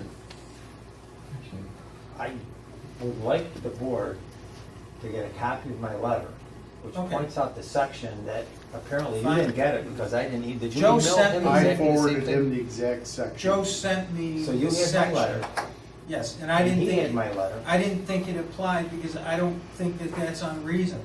Chief, you think that's unreasonable? We're talking about the nuisance abatement section? Well, no, we're talking, he's got a section of the penal code. No, no, not the penal code, it's a New Hartford town code. All right, you're That talking talks about- about the unreasonable. References. I did speak with Joe Booth about a nuisance abatement statute, No. and a person using a building or dwelling that impacts the reasonable functions of the neighborhood and so forth.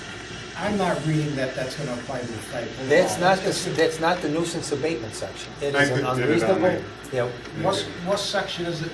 can you find it quickly? Is it under the New Hartford Code? or- It's under the New Hartford Code, it's like section K or We'll something. take a look at that section. I looked under Because I'd like nuisance abatement. the board to have that section.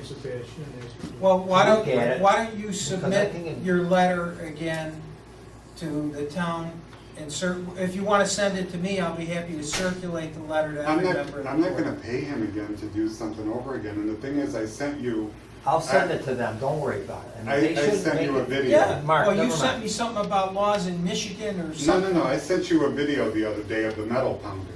You sent me a video. Yeah, I sent it to the Cully and I whatever, think to that the. everyone, before you decide to disregard this To the pastors? complaint, Flag? which is the reason I'm here, because apparently it's been disregarded, Yeah. because apparently you don't think it's. No, I making object to enough that. It noise. hasn't been disregarded. In fact, I put a lot of time It's a into this. better I way. met with Mr. Better Carey a way bunch of to times. Then he kept calling, and there's no answer for his situation. I've looked at the property maintenance code from New York State.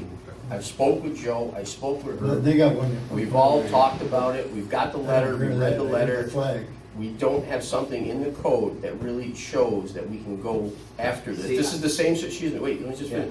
This is the same situation that we have with a lot of other things that are pretty much, in my mind, almost a civil matter, because like the bushes that come over, I got a squeaky tree behind my house when it's windy out. It's worse than that, but I'm friends with my neighbor, they don't want to take it down, and I understand it, but there's a tree that goes in, if you go to my house, you can go up, I'll bring you over there. It goes all night long when the wind is bad, and I understand. But my thing is, situation like that, I don't think I could call Joe Booth for codes to have it rectify it for me. I think it's a civil matter. I mean, I don't know. I understand Right. to say that, but what I'm saying to you is that you have a code in New Hartford, and a section of that code says, and it's not the state code, it's not a penal law, it's a code in New Hartford that says that you cannot make an unreasonable noise that disturbs the quiet enjoyment of the adjoining property owner. Right. And in this, it's subjective. I would have to say Exactly, it's somewhat that's right. subjective. But just Because to you add may- to that- You may hear the tree, they don't bother you. Behind my house, my neighbor runs the air Right. conditioner. So our law is wrong then, to be honest with you. I'm not saying it's Because you could wrong, be I'm my saying neighbor and I enforce could it. dislike you. You could be my neighbor and I could go outside and say, your car muffler's too loud, or something. You know what I'm trying to say? Like, our code actually has to say what it's supposed to say. And I don't think that's the problem. And that's where me and Joe are coming in with a problem. And Herb is that it doesn't pinpoint exactly, like he was asking for decibels. I think our code needs that because everybody hears things different. You know, and if there's an elderly lady or even a person that has hard of hearing next door or anything like that, they're not gonna hear something that you might hear. I get that, but the thing of it is, this is the way I look at it. And whenever you talk about these things, you have to weigh the benefit versus the detriment. What's the benefit, the detriment? If you say, my neighbor's car is loud, well, that guy pulls in and out a few times a day, he has to use the car to go somewhere, that may be a reasonable accommodation.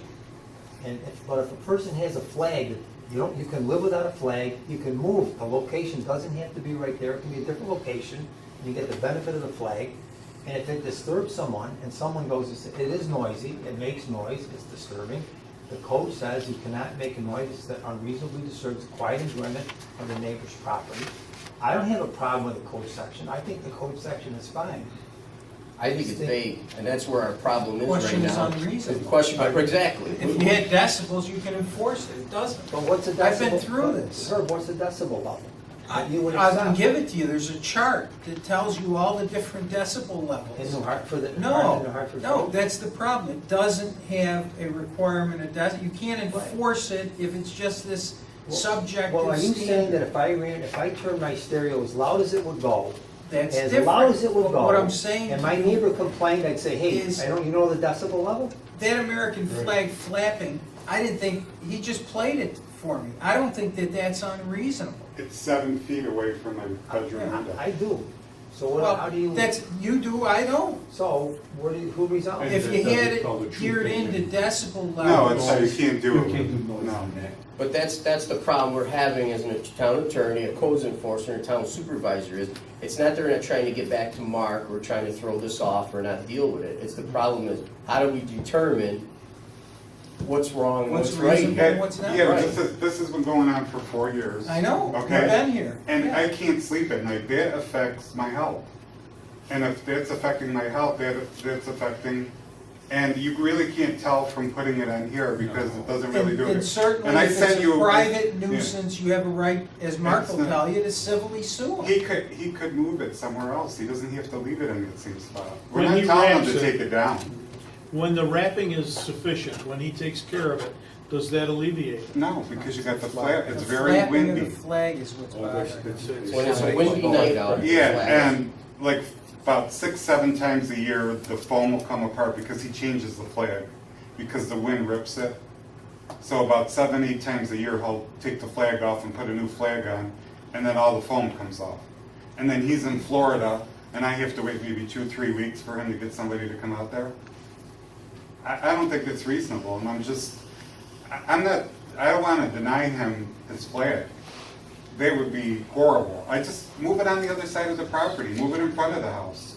He just wants to show it off in that certain spot, and he has no, he just has no courtesy. It's, again, you know, looking at it for a town, I mean, we get a lot of complaints in the town supervisor's office, trust me, about neighbors and different things. And most of them, I feel are civil situations. I mean, if it's something, you sue him civilly and you go to court and he tells him that he has to, you know, judge tells him to move the flag or do, then I guess you won, I guess. But Paul, didn't you agree that if I brought you a legal opinion with the validation? I did, but that's again, what a law that's vague to what the situation is, that's the problem that we're having. If there was a decibel and you went up there and you made a reading, just like Herb said, and it was over that, then you're right. But there's nothing in the law that But says Paul, anything. here's the problem. Right. If you're saying that this law is vague and we can't enforce it, then that opens the entire town up for people to make as loud a noise as they want, and you're saying, I can't enforce it because our law is too vague. Until you put a decibel level in there, that's what you're saying. That's not No, what you that's mean to not, say. that's not. That's exactly what I'm I'm saying saying. is. He says the law is too This vague. case, Yeah. in this case, since our ordinance does not have a decibel reading, that flapping flag doesn't seem to constitute an unreasonable noise. By whose standard? I think by everybody in the board, because when he came Have here. they and we heard took- it? Have they heard it? He just played it. Well, you can't. It's a video, I can't, but nobody's heard it, nobody's seen the flag, how can they make a determination that it's not unreasonable if they haven't heard it? And I sent you a video They don't even of know what the law says. the metal, hitting the metal on metal. But that was done outside that video, that wasn't in your bedroom when the window was If you closed. have a It was law on my porch, screen that porch. says. Right, but if you're saying in your bedroom, I can hear it. It's 7 feet away from me. no, Why I is it? understand, I'm not saying, I know. I'm just saying, but putting that into evidence here for everybody, that movie that you did, the video, was outside.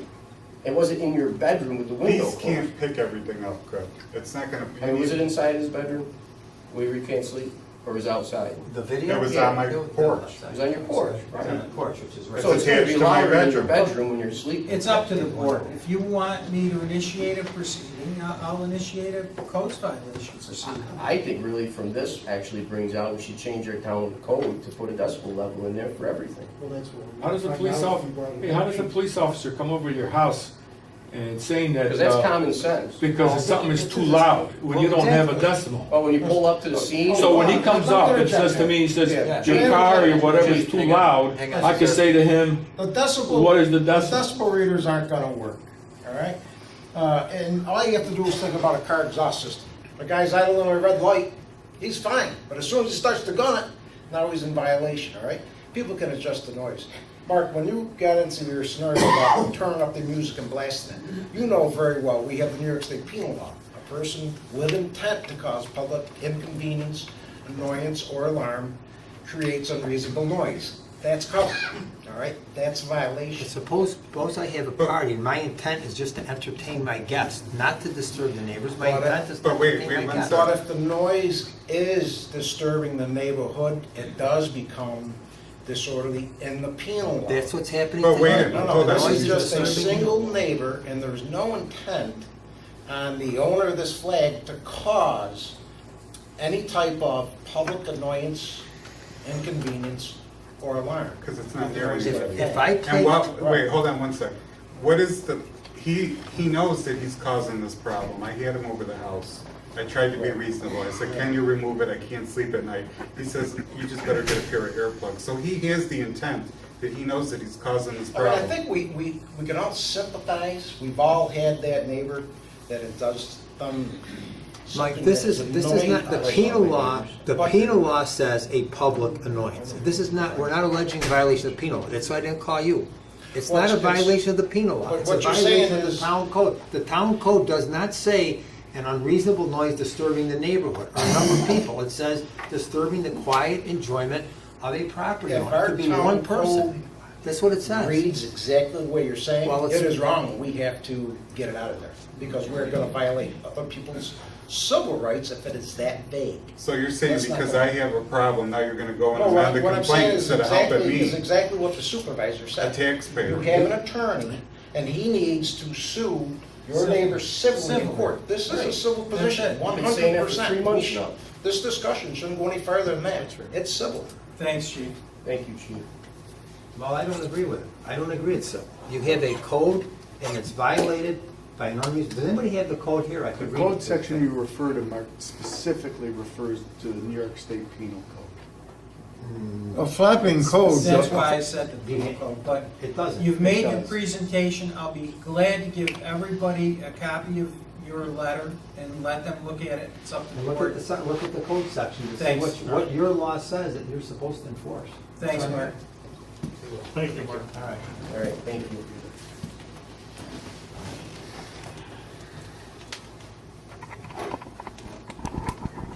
Done with it. All right. Well, just to add to that, I just want you to know, we got back to everybody in that whole situation for months. I mean, it's been constant calls. I mean, 3, 4 calls a day, texting my cell phone number, everything. And I did all I could. Joe did all he could. Again, I don't feel that there's something we can go on, and if somebody can show me there is, then we'll do it. Well, you and I had conversations with my constituents, Right. so we addressed it. Yeah, yeah. And I was in. And I spoke to you about it too, so it's, And I no mean, one's left him out. We understand, So- and we left it as it was a civil matter. Right. So, No, I think it's clearly civil. yeah, so I'm good with that, and Okay. we can move on with the rest of our business. but- All right, well, thank you. All right, so moving on. Reports from town officials, Public Works and Sewer Committee. Payment striking agreement with Oneida County. Same contract as we have every year. We contract them to do our striping on our designated roads that we give them. I'll move it.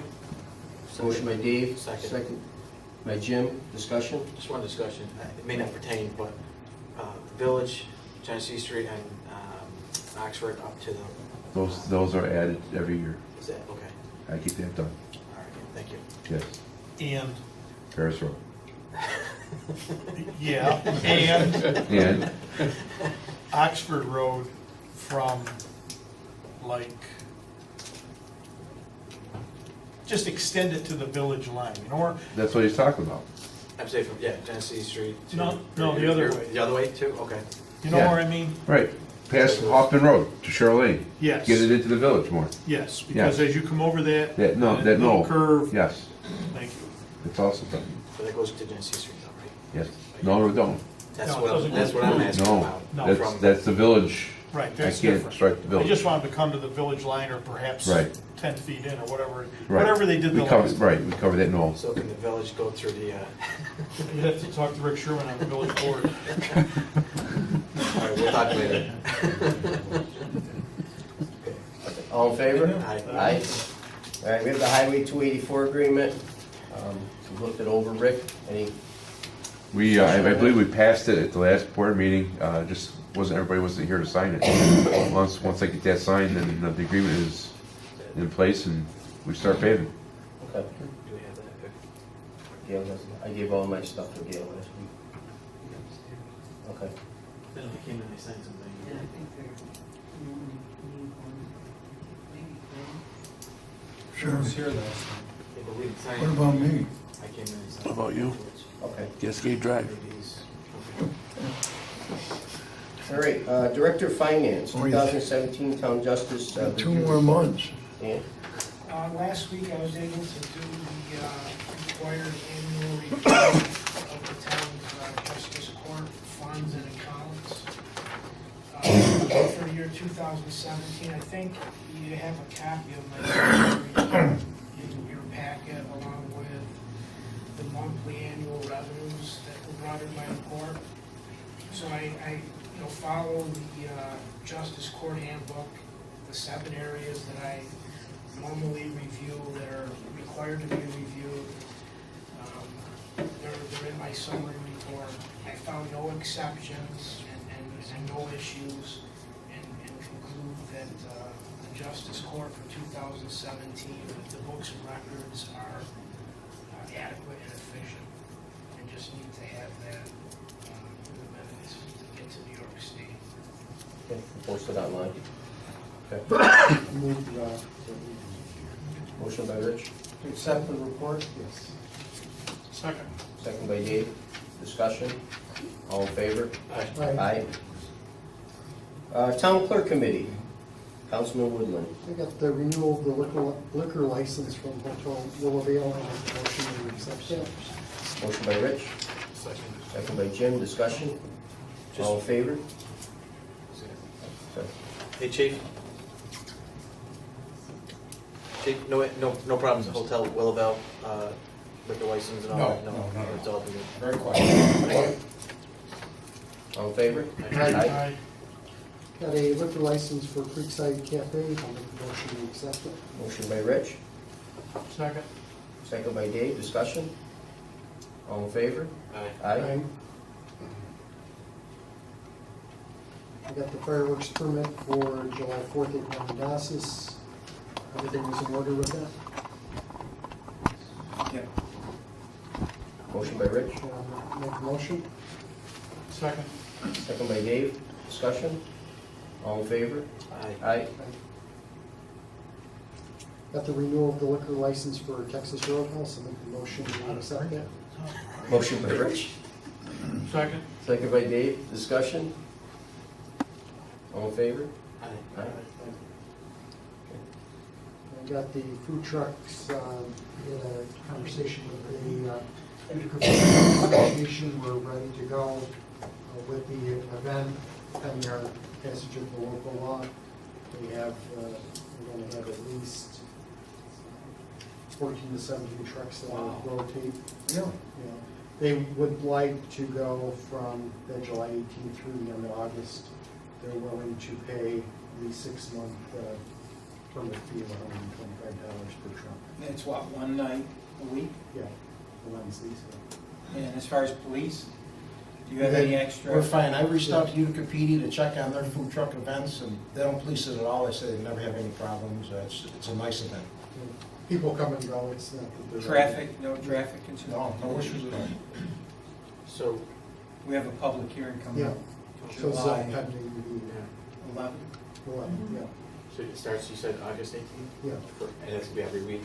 through the end of August, 29th. Starts July something. Yeah, July. Oh, July, July okay. July 18th. So the last one was the 29th that you came up with? Yeah, Is it on Wednesdays or Thursdays? Wednesdays. Board? Seriously? We're gonna miss. We're here like 3 nights a week.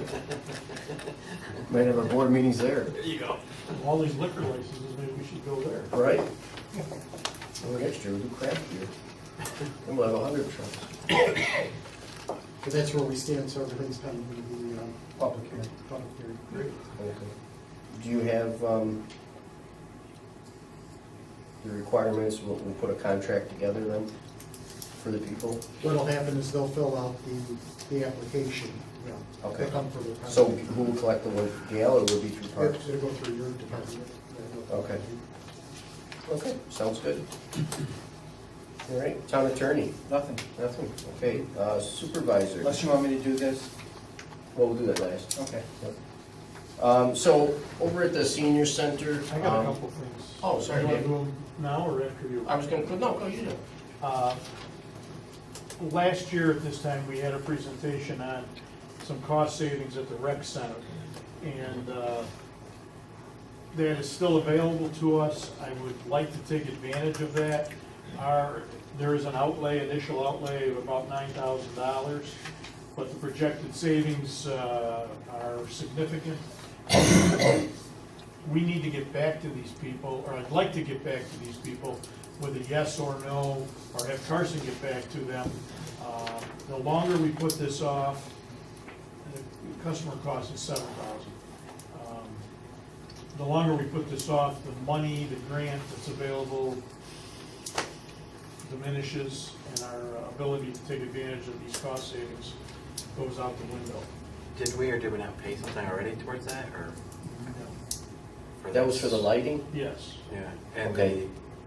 Hold on to that thought just till I go over my thing, and then, Okay, fair enough. and then we'll do it tonight, because it's gotta be done, I gotta do my resolution first. Okay. The second item is, again, a year ago or so, I spoke about retention area behind Foxcroft Road to alleviate the major flooding that actually affects all of Woodbury, Jordan Road, Paris Road, Sherrill Lane, Bonnie Lane. It's a large area. When it floods, it's pretty significant. To that end, the supervisor sent a letter to Mr. Pierce, who owns the property, that would likely house the retention area. Retention area was identified by our town engineer at the time, and in that letter, they were also supplied the engineering report. Did the letter go?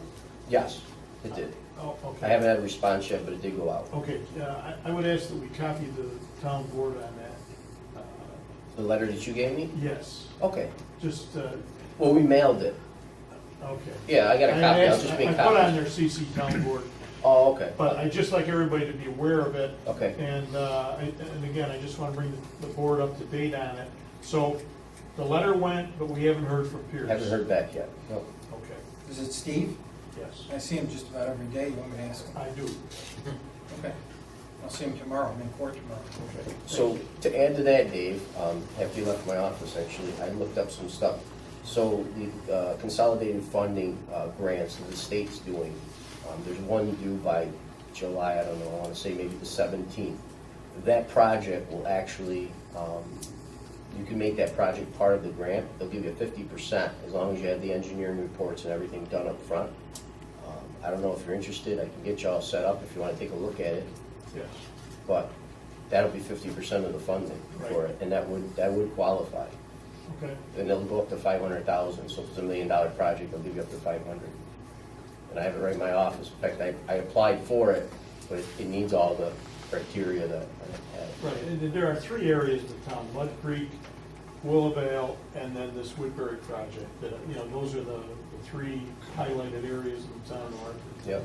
And this would really. Well, this one would go affect your perfect with the area grant, because you got the engineering stuff done already.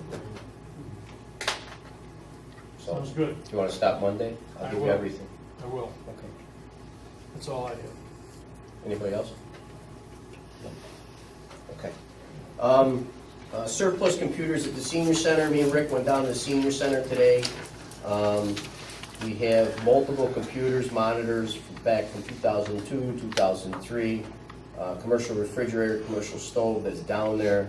We'd like to surplus those and put them on Auctions International. I have a list with all the serial numbers and information on here I can give to Gail. If I can have a motion. I'll move it. Motion by Rich. Second. Second by Jim. Discussion?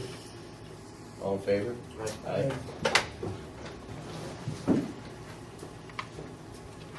Thank you. This one over there. These three serial numbers. Great.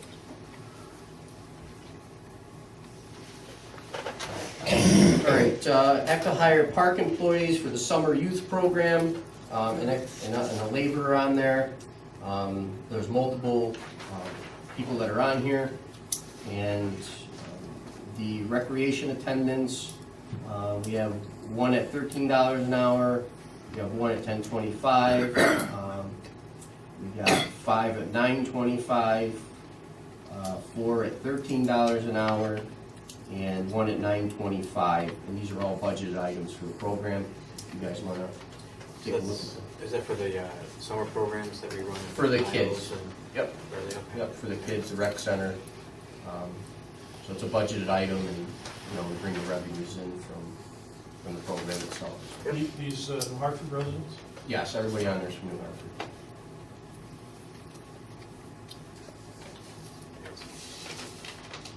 I'll move it. Motion by Dave, Second.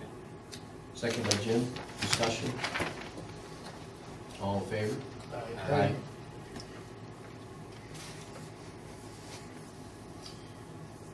Okay, the senior center. The church called me and they found a new tenant for the senior center. And we have to make a move. I called Willowvale Fire Department, asked them if they're willing to take us. Eileen said that would be a great location because it's a single, one landing floor. They have a nice facility over there. We're currently paying the $3,000 a month for the senior center. Willowvale, we would do it for like $1,000 a month, and that would be for their cleaning and, you know, taking care of the programs and stuff that are there. We would move out at the end of June, so that would be July through December for Willowvale. No lease, but just an agreement that we pay them $1,000 a month for the senior center. And the only days they can't use it is the day I'm voting, you know, for the residents to vote. So we're moving out because of the leases or whatever? No, they're moving us out, actually. We were there at least till the end of December. Right. But they found a new tenant Gotcha. for the senior center, so they've asked us to move out. Is the lease terminable on 30 days notice? Yes. Yep. So, I was just curious how that, yeah, well, you know, I guess they, you know, thought we were moving to Gander anyway, they started looking and they found somebody, so, honestly, the Willowdale location's very nice, it's got a great kitchen. it's very nice. You know, and then they'll have a new senior center, you know, in the future, and, so, again, it's a savings to us. It's a temporary fix. It's a temporary fix, and it was real nice of the guys over Willowdale to do that. And, I mean, they're great over there, they're very catering, so I think it'll work out well. Eileen said it was a good, good. I think it's good Yes, for you. we've been there before. If we had an emergency, that's who would we call, and they were very good to us. They're very gracious. Yeah. Not that Hartford Fire Department wouldn't be either. No. But With it's the a safe- parking and it's. That's why I want it. It's on safe. one floor, and we Yep. don't have to worry, you know, in case of emergency, they're safer there. But the room is separate than the, you know, what you call the garage where the fire trucks are. Mhm. So it's safer for the seniors. Okay. Good. Good deal. And we just have to have our own insurance, and, that's it, so. You don't need a motion or anything, just I, information. no, actually I do, I need a motion, well, I gotta pay them $1,000 a month, for 6 months, starting July 1st, and that, So you know. moved. Okay, motion by Dave, second by Jim, discussion, all in favor? Aye. Okay, I'll get that going.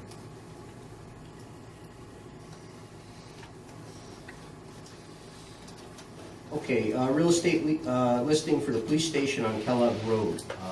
You know, we've got our appraisal for it. I think it's a good time to put that in the paper and try to seek out a buyer.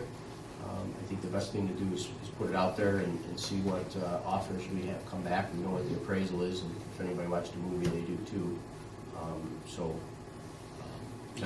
Sealed bid, or how you handle it? You just get No, just have contract offers with real estate. It's legal. We can negotiate them. I talked to the state controller's office. They said that's the best way to do it, rather than just getting one appraisal and selling it for that price. You may get people come in a bit more than the appraisal. Is there any advantage to having the site cleared? I don't think so. I think Okay. anybody buying it, because some people may want to use Yeah. the one structure that's on there, the police station itself. So I would think you're better off selling it as is. And we pay no real estate commissions, so there's no issue of we should have gave it to a certain agent or anything like that. Right. So it'd be just a straight deal. If a broker brings somebody in, the buyer pays the broker. How are you gonna advertise it? I thought of putting it in the OD. I don't know. I think that's good. Yeah, I mean, that meets the requirements. That's just the police station, Yes. not the, what do you want to call it, the railroad? Well, it's It's the whole parcel. Yeah. They're gonna sell that too? Yes. Can't keep it, huh? It's full of mold. That's all right. Plenty of Just chloride. diminish the value. Well, anybody buys No, it, I it's know. knocking everything. I always thought they ought to do something with that railroad go Excuse me, down sir, we're not in through open session anymore, we're just trying to conduct business. Sorry. Thank you.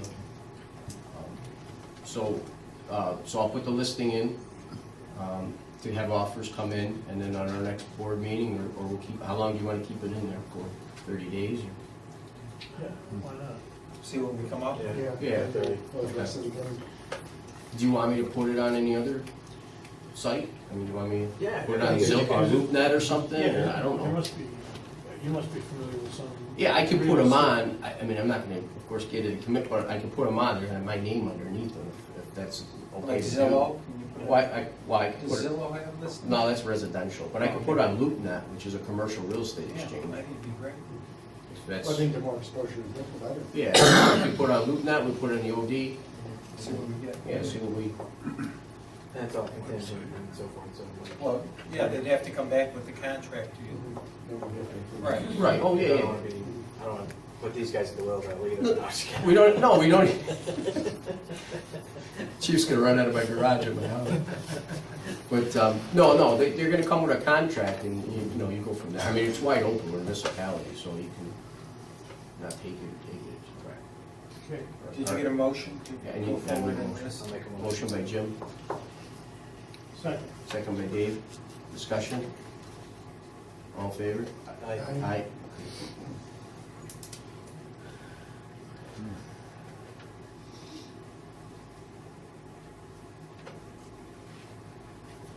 Okay, another thing, now that I took over parks, I found years before, parents would come in and pay for all the field trips in cash, and then the actual directors would take that money home until the trip came, and then they would use cash to pay the trip, pay for the stuff.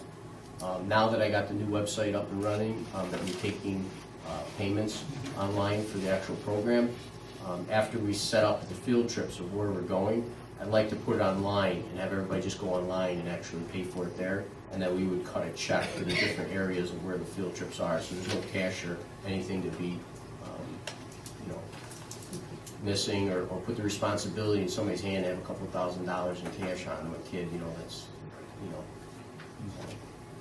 So are you eliminating all cash? I know there's pizza days, there's ice cream days. Well, the pizza day, that's different, that they have to do cash, but that's the same day. This is for the major field trips, like when you're paying like $30 a kid, you got 100 kids, you know, somebody, they're walking around, and no one knows where the money, and God forbid they lost it, then, you know, the town's out. That's good. And then not only that, last year they had a lot of complaints because parents were coming in saying they paid, and then they, you know, the kids really didn't have the money for it. So, So there's more of a trail now. well, this will be documentation for everything. So when they promote these field trips, should we do like flyers or something with the, in advance of it so that they know? Oh, yeah, we're gonna have flyers, 6 days before the first trip. We're gonna have flyers, so they can come up to my office and pay for it with a credit card for every trip. They have to pick their trips up front. Right. So they'll click which ones they want, they'll pay for all of them. We'll take the money for that, or they can go right online like they did for the actual program itself this year, and they can pay for it right online, and then they have a receipt, and then we have a schedule that we can print out for all the directors with their names and who paid. That's right. So there's no who paid, who didn't, where the money, you know, No, so. it's cleaner. You guys make a motion that I can take payments for the summer program trips. I'll make a motion. Motion by Jim, second by Dave. Discussion? All in favor? Aye. All right. I'll get that running this week then. Asbestos work at 10 Henderson Street. There was an issue with the survey. When they went over there to do the work, there was an error. There was actually asbestos also on the house itself, not just the garage. And to take all the asbestos siding off the actual house was additional $6,995.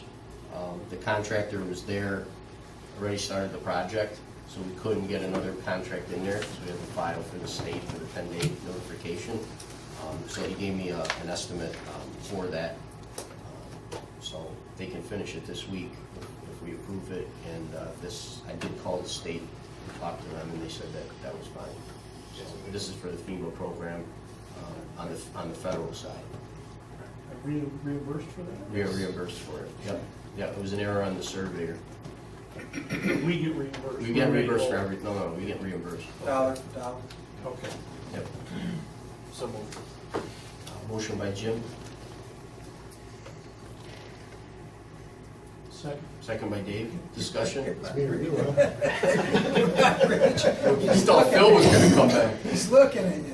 Rock, paper, scissors over there. I've never been asked. Discussion? No, you're not. All in favor? Aye. Aye. Great, thanks, guys. Okay. All right, so I did the electric car grant, and we got accepted through DEC.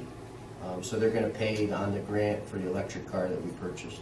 So I just need to accept that we accept the payment. So moved. A motion by Dave, second by Jim. Discussion? All in favor? Aye. Butler Hall lease. They gave me a year lease, they changed it to 6 months till the end of this year. So, I got it right here. The term would be 6 months, beginning June 1st, 2018, and ending December 31st, 2018. Motion by Dave. Second by Jim. Discussion? All in favor? Aye. Okay.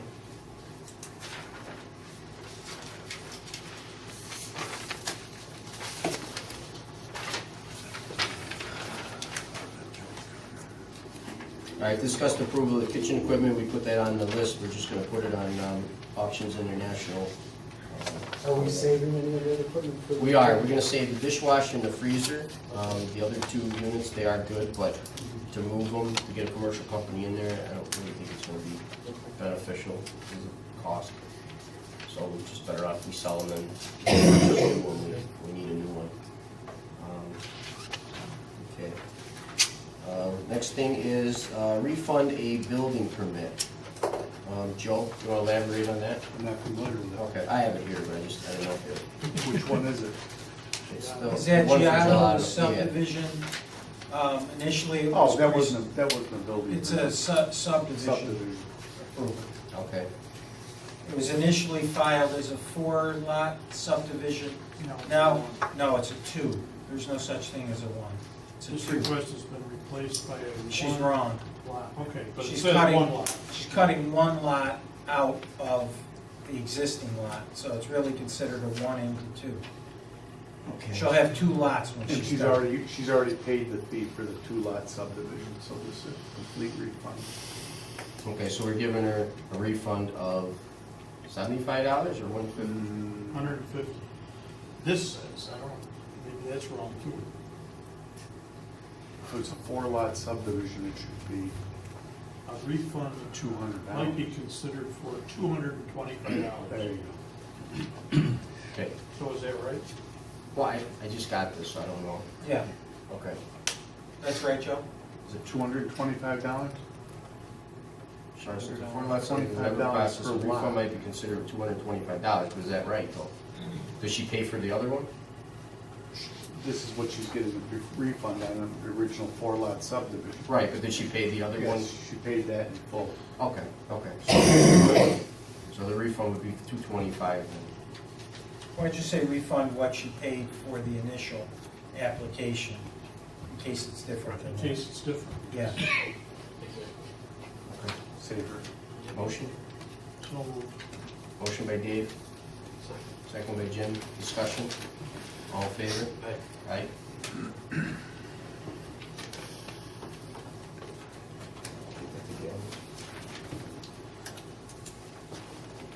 All right, okay, increased building permits for commercial properties, multifamily developments. Me and Joe took a look at the commercial multifamily fees for development in town of Hartford. Last time that we changed anything was 9 years ago. As you know, costs went up for employment, and these are getting more complex due to stormwater drainage and multiple meetings, consultants. So what me and Joe went through is we changed the building fees that were here for an increase. All the increases on this page are in red. Sorry. So you need a local law for that. Yeah, so we need to do a local law. You guys approved to go out to local law for that. So we would be approving the public hearing. Right. Correct. Yep. So I'll make a Go motion. forward with a local law adopting the fee schedule as referenced there. So moved. Motion by Dave. Second by Jim. And just for discussion, this doesn't affect any residential housing. It's only for multifamily and commercial. Right, Joe? Even though I thought residential should go up also. Yeah, it's very low, but we thought let's not hit the resident. Let's try to, you know, Everything's done on a square footage cost, right? It's still on square footage cost.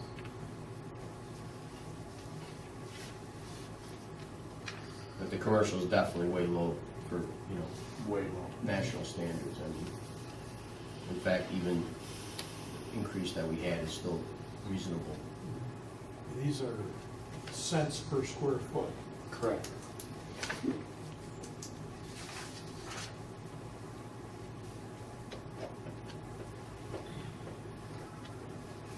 So I think they're double, right, Joe? Almost, yeah, double.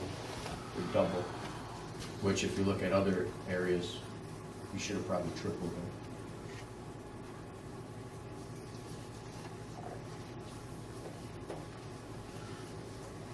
I made a motion. Motion by Dave, second by Jim. Discussion?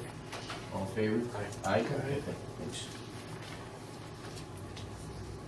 Next thing is increase in birth and death certificate fees. There's another one. I did some calculations, actually, after reading Utica, went out and changed their fee structure. And just looking at what our cost is, so right now, you know, with the person, Rebecca does certificates, so we're actually in a negative for our residents, you know, receiving doing birth and death certificates at such a low price. If we go up to a $20 bill, we actually have break even for having her, which I think makes sense, because again, it's really not it's not really for our residents, you know, it's for people all over, and it should at least justify her job by breaking even on that. So I think we gotta go out to legislature to do that, but I think that, again, you know, as costs keep rising with employment and benefits for everyone, you know, it'd be nice at least to break even so that the taxpayers don't take the burden of that service that we give. Need a motion? So moved. Motion by Dave. Second by Jim. Discussion? I'll have to check the state statutes also to see what they provide, Okay. whether any limitations. Okay. So we're looking at $20 would be a break even, Up from 10. up from 10. Are you, do you have public hearings? for Well, this? it's be a local law, my guess. Yeah, for both. Yes. Do we need to schedule it now? Why don't you let me research it, and then we can do it at the July 11th. Okay. Sound good? Okay.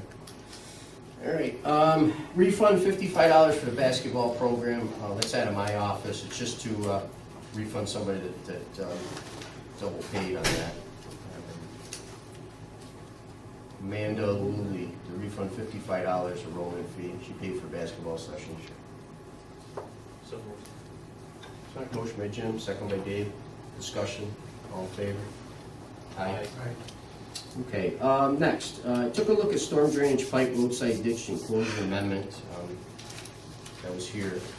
And what I'd like to do, if you guys want to look at this, is, again, you know, right now, Rick's doing, you know, events for the town that, you know, the plowing, the picking up the leaves, the weeds, the garbage day that he's doing for the town helps everybody.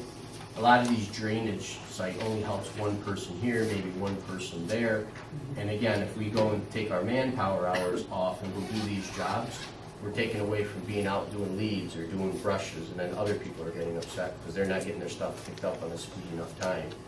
And I'm looking at it this way, if we can, you know, make a resolution that they pay for the actual pipe and pay for the labor that it would cost to do the project. So right now, they just pay for the pipe. They just pay for, well, yeah, and this expired. I guess this was something that was done back in 1994 from a bond, and then, you know, it expired. It was a long time ago. You know, and just come up with something, so when somebody calls the office, and another thing is, everybody wants to do the deal because it's great. Get free labor, pay for the pipe, it's only $300, and then you got a line of people that we can't do with the guys and the manpower that we have. So this way here is, it's just gonna cut down on the labor force, so, you know, Rick has more guys out, you know, doing leaves and doing brush.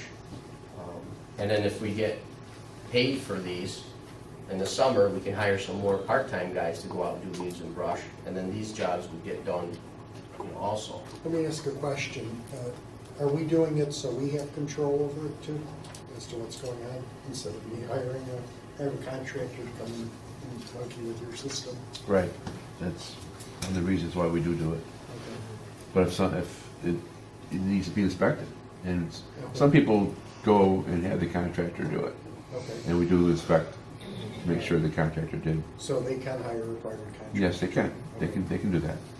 But again, they call us to inspect the work when it's. Right, no, I agree. Okay. Right. I'm just trying to eliminate manpower hours, because again, we have a list right now of people that want drainage pipe put in. You know, we really don't have the force to do it, and it's costing us a lot of money, and the whole town's not benefiting from it. Only the certain people who are getting drainage pipes benefiting from it, so, you know. Is this separate from the driveway? It'll be the same driveway, drain pipe in the front of your house. Just drain, not catch basins, that would be our. Okay, so this would include a driveway pipe? Driveway pipe and ditches. Because it says roadside ditch. Right. But again, I got another 3 calls this week. It doesn't say driveway pipe, it says roadside ditch. Right, roadside ditch, yeah, but this was the old one. We would add drainage pipe, roadside ditch, driveway pipe, all that. If you had the town come do the work, whatever our hours are, whatever it costs us, is you know, to the resident. And I think that will eliminate a lot of headaches, you know, so. Well, We're at a session, I'm sorry, sir, we got to discuss business. Okay. All right.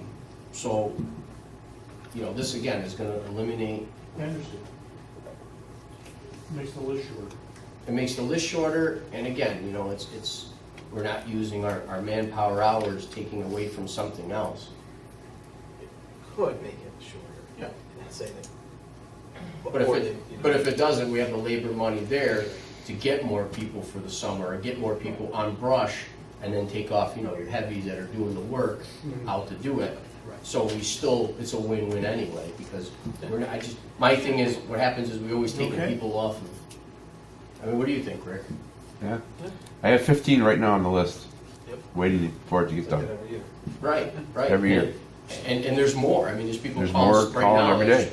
And it's, I know one right now. At what point are we gonna cut it off? well, I think we cut it off tonight, and then anything before that we finish. And then going forward, anybody that wants to do drain pipe put in front of their house, because some people want it ditched and some people want drain pipe. You know, everybody wants something different, so if they want that, they gotta pay to replace that.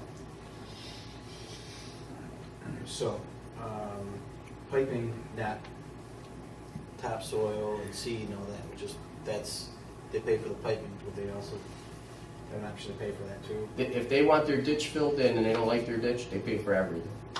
The only thing is they're paying our labor, you know, they're probably gonna still save money from a contractor. Oh, sure. Charge 3 times what that's gonna cost.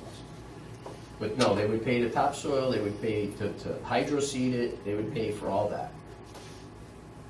You know, if they want it, like if there's a ditch that's working normally and they wanna just fill it.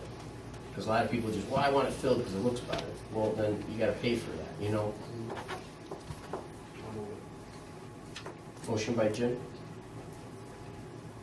A second. second by Rich. Discussion? All in favor? Aye. So Rick, now we know That's our new one, and we'll put that online Put too. it online tomorrow. All right? Yep. Okay. Herb, would you like to write that up for us? Sure.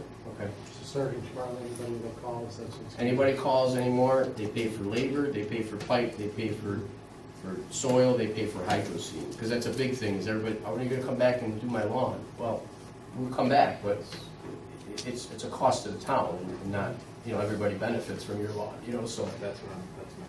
Yeah. And then do you want to set, what about a labor rate? How do you want to set the labor rate for the, or how do you want to set the actual price for the labor? Because I know that, what do you think, Rick? Your equipment operators are heavy, so you want to pay for his hourly rate and a couple laborers at their hourly rate. You're gonna need to be able to give an estimate. Yes. Right. Yeah. Okay. So would be, is that suffice that we give an estimate Yeah. when we come out there of Yeah. what it's gonna be? Is that good, Rick? Yep. Okay. Perfect. Okay, thank you. There's a grant through National Grid for trees. If you guys want to do that, but they give you $50 towards each new tree. If you plant them in the right place, away from power lines, away from residences and stuff like that, we can use some of them at the park. You guys, We don't need them in our right of way. no, we're not putting them in the right of ways. No. No, it'd be like in the park or stuff, you know, of that nature. Or if people want to plant trees for, like, remember we had the mud crick, and the people wanted in the back where the crick was trees, we could plant trees there, they'll give us the grant money to do all that.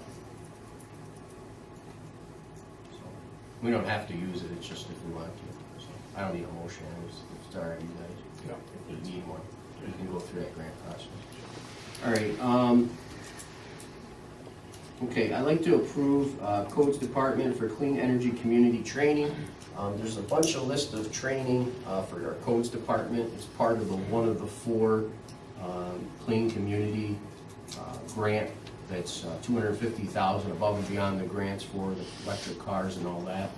On there, one of them is that our Codes Department is familiar with green energy, electric vehicles, solar power, all that.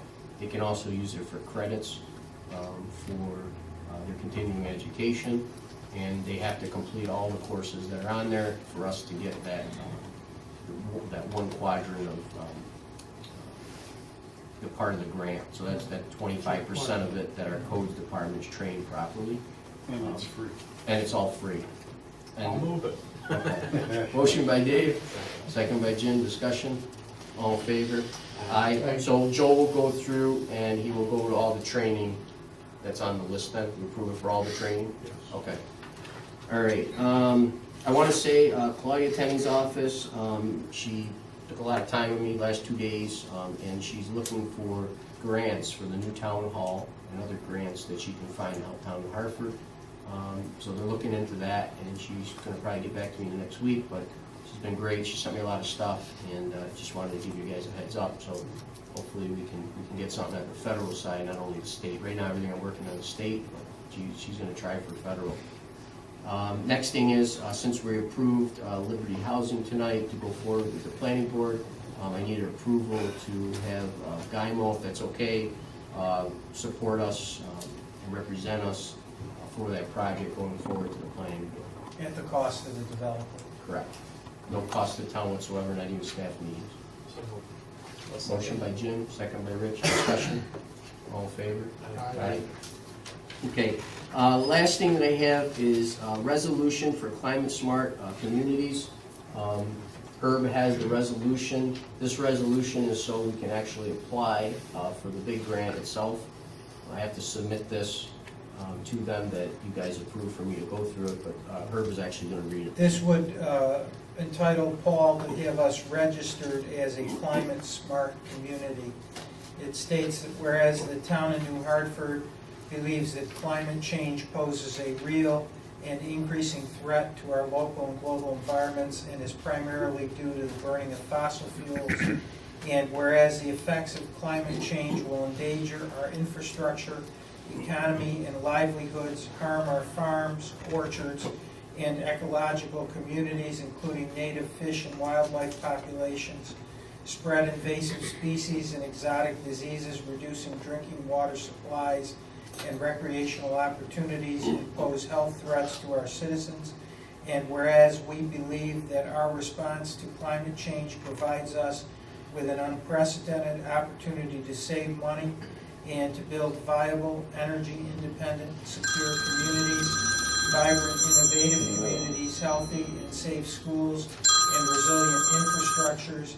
And whereas we believe the scale of greenhouse gas emissions reductions required for climate stabilization will require sustained and substantial efforts. And whereas we believe that even if emissions were dramatically reduced today, communities would still be required to adopt the effects of climate change for decades to come.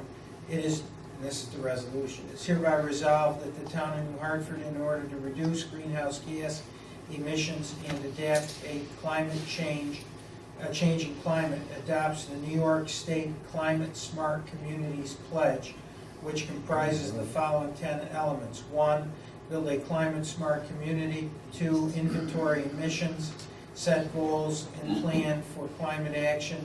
3, decrease energy use. 4, shift to clean renewable energy. 5, use climate smart materials management. 6, implement climate smart land use. 7, enhance community resilience to climate change. 8, support a green innovation economy. 9, inform and inspire the public. 10, engage in an evolving process of climate action. And that, and I don't know if you want to designate, but I think it's probably Paul, is designated as the primary contact person to complete the online registration form and upload this resolution. We can meet those requirements? Well, Some of them. we have to meet four at a time. And we're already solar and, yeah. Solar, the car. Sure. LED for me and Rick went to a course on, when did we go? Tuesday? I don't remember what day. Yesterday. Yesterday, so Tuesday we went to a course on LED for lighting. So we're looking on doing that because there's a big cost savings and there's a grant for that. Yeah, that's gonna add to, right, that's what I was gonna talk about. So that and this, and then the coach training, electric vehicles and pump stations, and the solar. So you're well on your way. The solar on our buildings. What about, what do we do with wind? Disallow that completely, or, Yeah, no, this one does not. Hey, Paul? Yes. Eric wasn't mentioned for that training, but you sent him a notice. Do you want Yeah, Eric? both of you. Okay. Yeah, I'm sorry, well, I didn't mention your name, I just said codes. the codes? Yeah. Motions by Rich, Second. Second by Jim. Discussion? All in favor? Aye. Thank you. Send this in. And then Gail, I know the minutes won't be ready for a while. I gotta get that in before I can move to the next. Is there any way you could just, yeah, is there any way you could just give me the one page of this being approved? So I can send it in? Well, no, I got that. I'm gonna upload this. What I'm saying is just the minutes. Can you just give me the minutes for, like, show the resolution and the minutes quick? Like, you don't have to. Can you give him a certified copy of it? Okay, I appreciate it, because I gotta upload or else I can't go any further, so. Thank you. The bills? Okay. Where does this fit? That's gonna fit in the LED on the top. Now that I proved that, now we can move on to that. Okay, so, I don't know if that company, me and Rick went to the seminar. There's a company that's gonna do our traffic lights. There's another company that came in that did a audit over at Gander Mountain and Rick's building. I don't know if these guys were if this was the best deal, but those guys will actually give us, get us. So that's fine, so we'll tell them at this point, as far as they're concerned, the answer is no. Well, no, I wouldn't say that. I would just get 2 other bids and then see who's got the best deal for us. Because it's up to the provider of what the cost is. So they might mark their stuff, I don't know, I'm just saying, they might mark their stuff up, we get somebody else, it might be less. So should we have the people that have done Gander Mountain? I would say have them do that too, and then just get 3 bids, and then let's go with the cheapest one, that's all. But let's do it, because it makes sense. So I'll talk to you about who we can do. I have all the companies upstairs, I have everything, if you want, I'll give you the numbers of everybody. And I think Rick has All right. some too, right? You have the one from the highway department, or are these the same guy? Same guy. Okay. This does not include the highway department. No. Right. Just the rec center. So I say, and again, it's gotta be done in the next week or two, so let's just get these other guys to look at it, and then let's just compare and go from there. Okay. So, I know they did this study, I don't know if this is the same one or not, but we don't have to pay them if we don't move forward, we do have to pay them.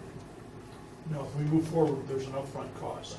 So We've got to buy the material, yes. But these guys don't charge for studies, the guys that I've been using. Okay. They don't charge us for anything until we lock it in. Right. And then they still don't charge, they only charge us for the lights and the labor. Okay.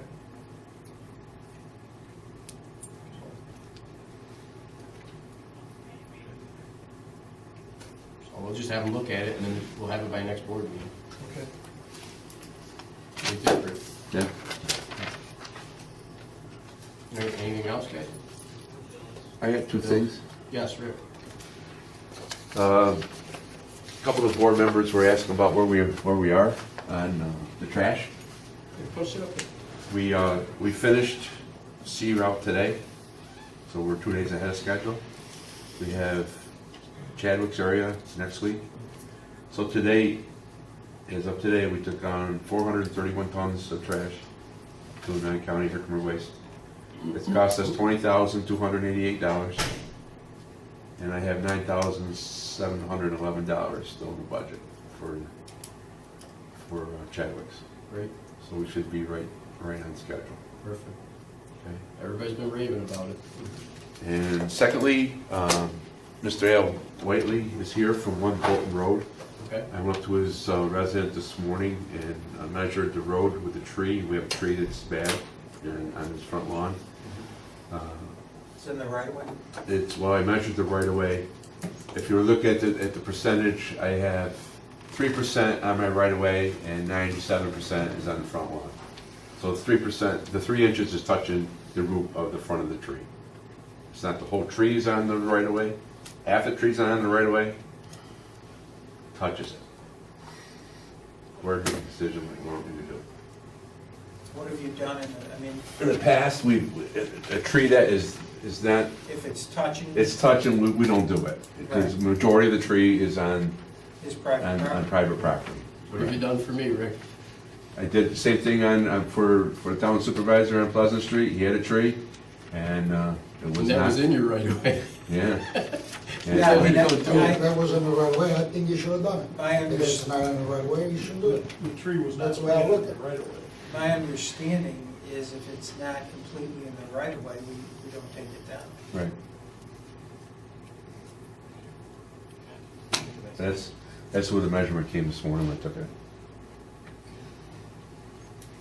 It's not our tree. I paid to take mine, though. Well, it wasn't mine, it was yours, right, Rick? And the tree was 3/4 in the right of way, and I took it down. Yep. So,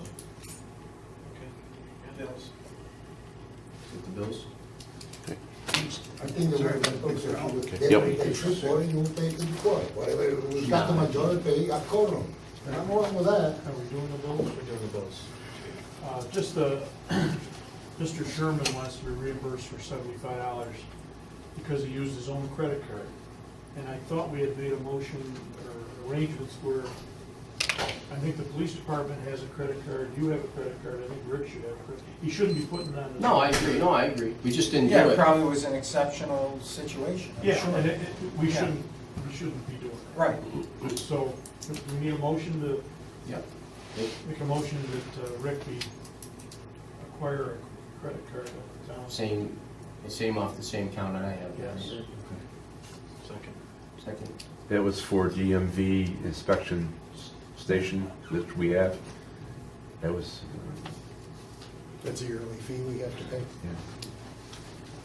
And they only accept credit cards. And there's, Motion by Dave, Second by Jim, discussion. All in favor? Aye. Good. And there's 5 or 6 vouchers that are not signed. And I don't want to put us in another position where we don't have signed vouchers. Then that's signed for a reason. I don't know. They're not signed, that's my point. And there's a bunch in here that are not dated.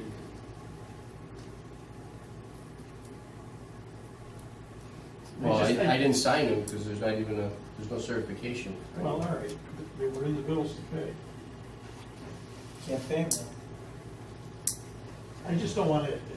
No, I Nobody's agree. gonna pick No, that if I up. don't sign them, means I didn't see them. This Well, one, I'm not saying you were responsible to sign them. Some of them should have been, I think, department heads. this one here, who did that? 'Cause it's supposed to be out of Parks and Recs. I never seen this before.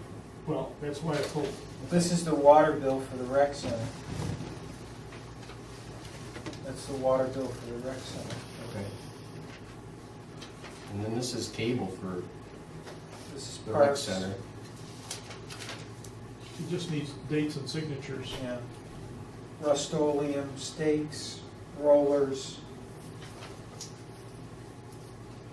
Boston Hornet spray. I'll get them corrected. It's just an oversight. Yeah. No, like I said, I've never But they're seen gonna, them. they're gonna get picked up, and as they say, there's a bunch in here that are not dated.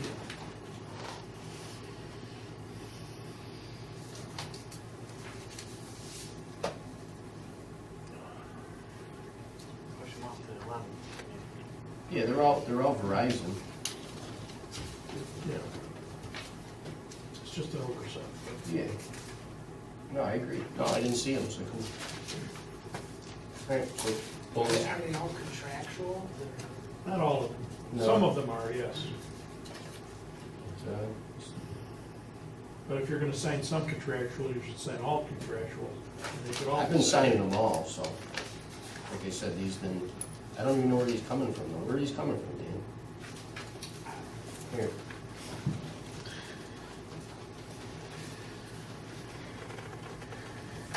Do the dated, undated ones have backup invoices that have dates?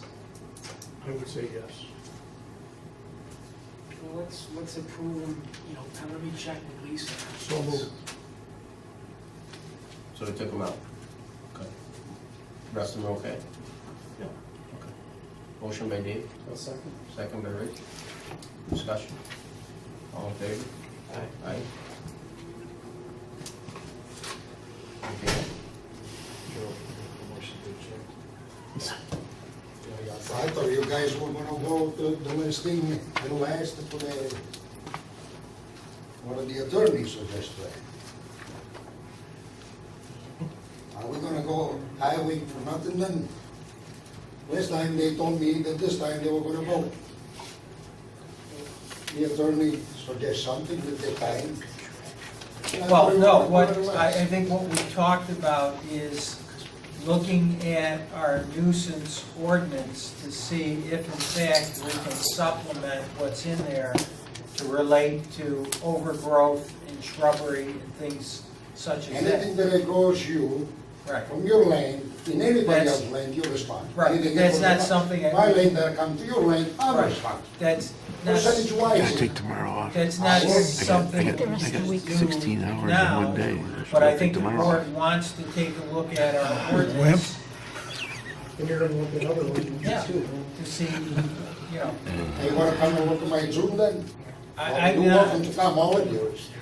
And if I'm moving to New York, after 2 years of living in New York, I gotta pay for a child molester, electricity goes in his house from my land, all the brush from his land comes to mine, and then something's wrong. We should start the something with the town of New York start, and be the first one to bow. And everybody should have that, because I bought a house that's Remember, I'm my land, grandfathered 95 in. by 200. I take care of my, you take care of yours. Come on. thank you. Are we, did you? Jim, Second. second by Dave, discussion. All in favor? Aye. So then I'm gonna vote on it. Nothing will be done in regards to that.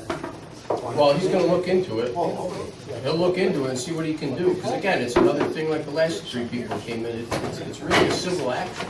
You know, most of the stuff. When I asked you originally when you started, they said that you told me you were gonna let her know to take care of the site. Right. That's all I asked. Yeah. Then I asked for that. So if Yeah, you but we would've can't done send it a that, code violation. then I take care of the We're rest. asking to pass a law, so the laws are for code violations. What I said to you, the tree was a 3/4 of the town, 3/4 days of the town. Nah, That's I the paid my own. argument. You can't do that. Because I the tree didn't started buy on. any condition, I didn't buy it. It was a senior citizen, it was a go out and look at their property. By the way, what's your name? You're looking for million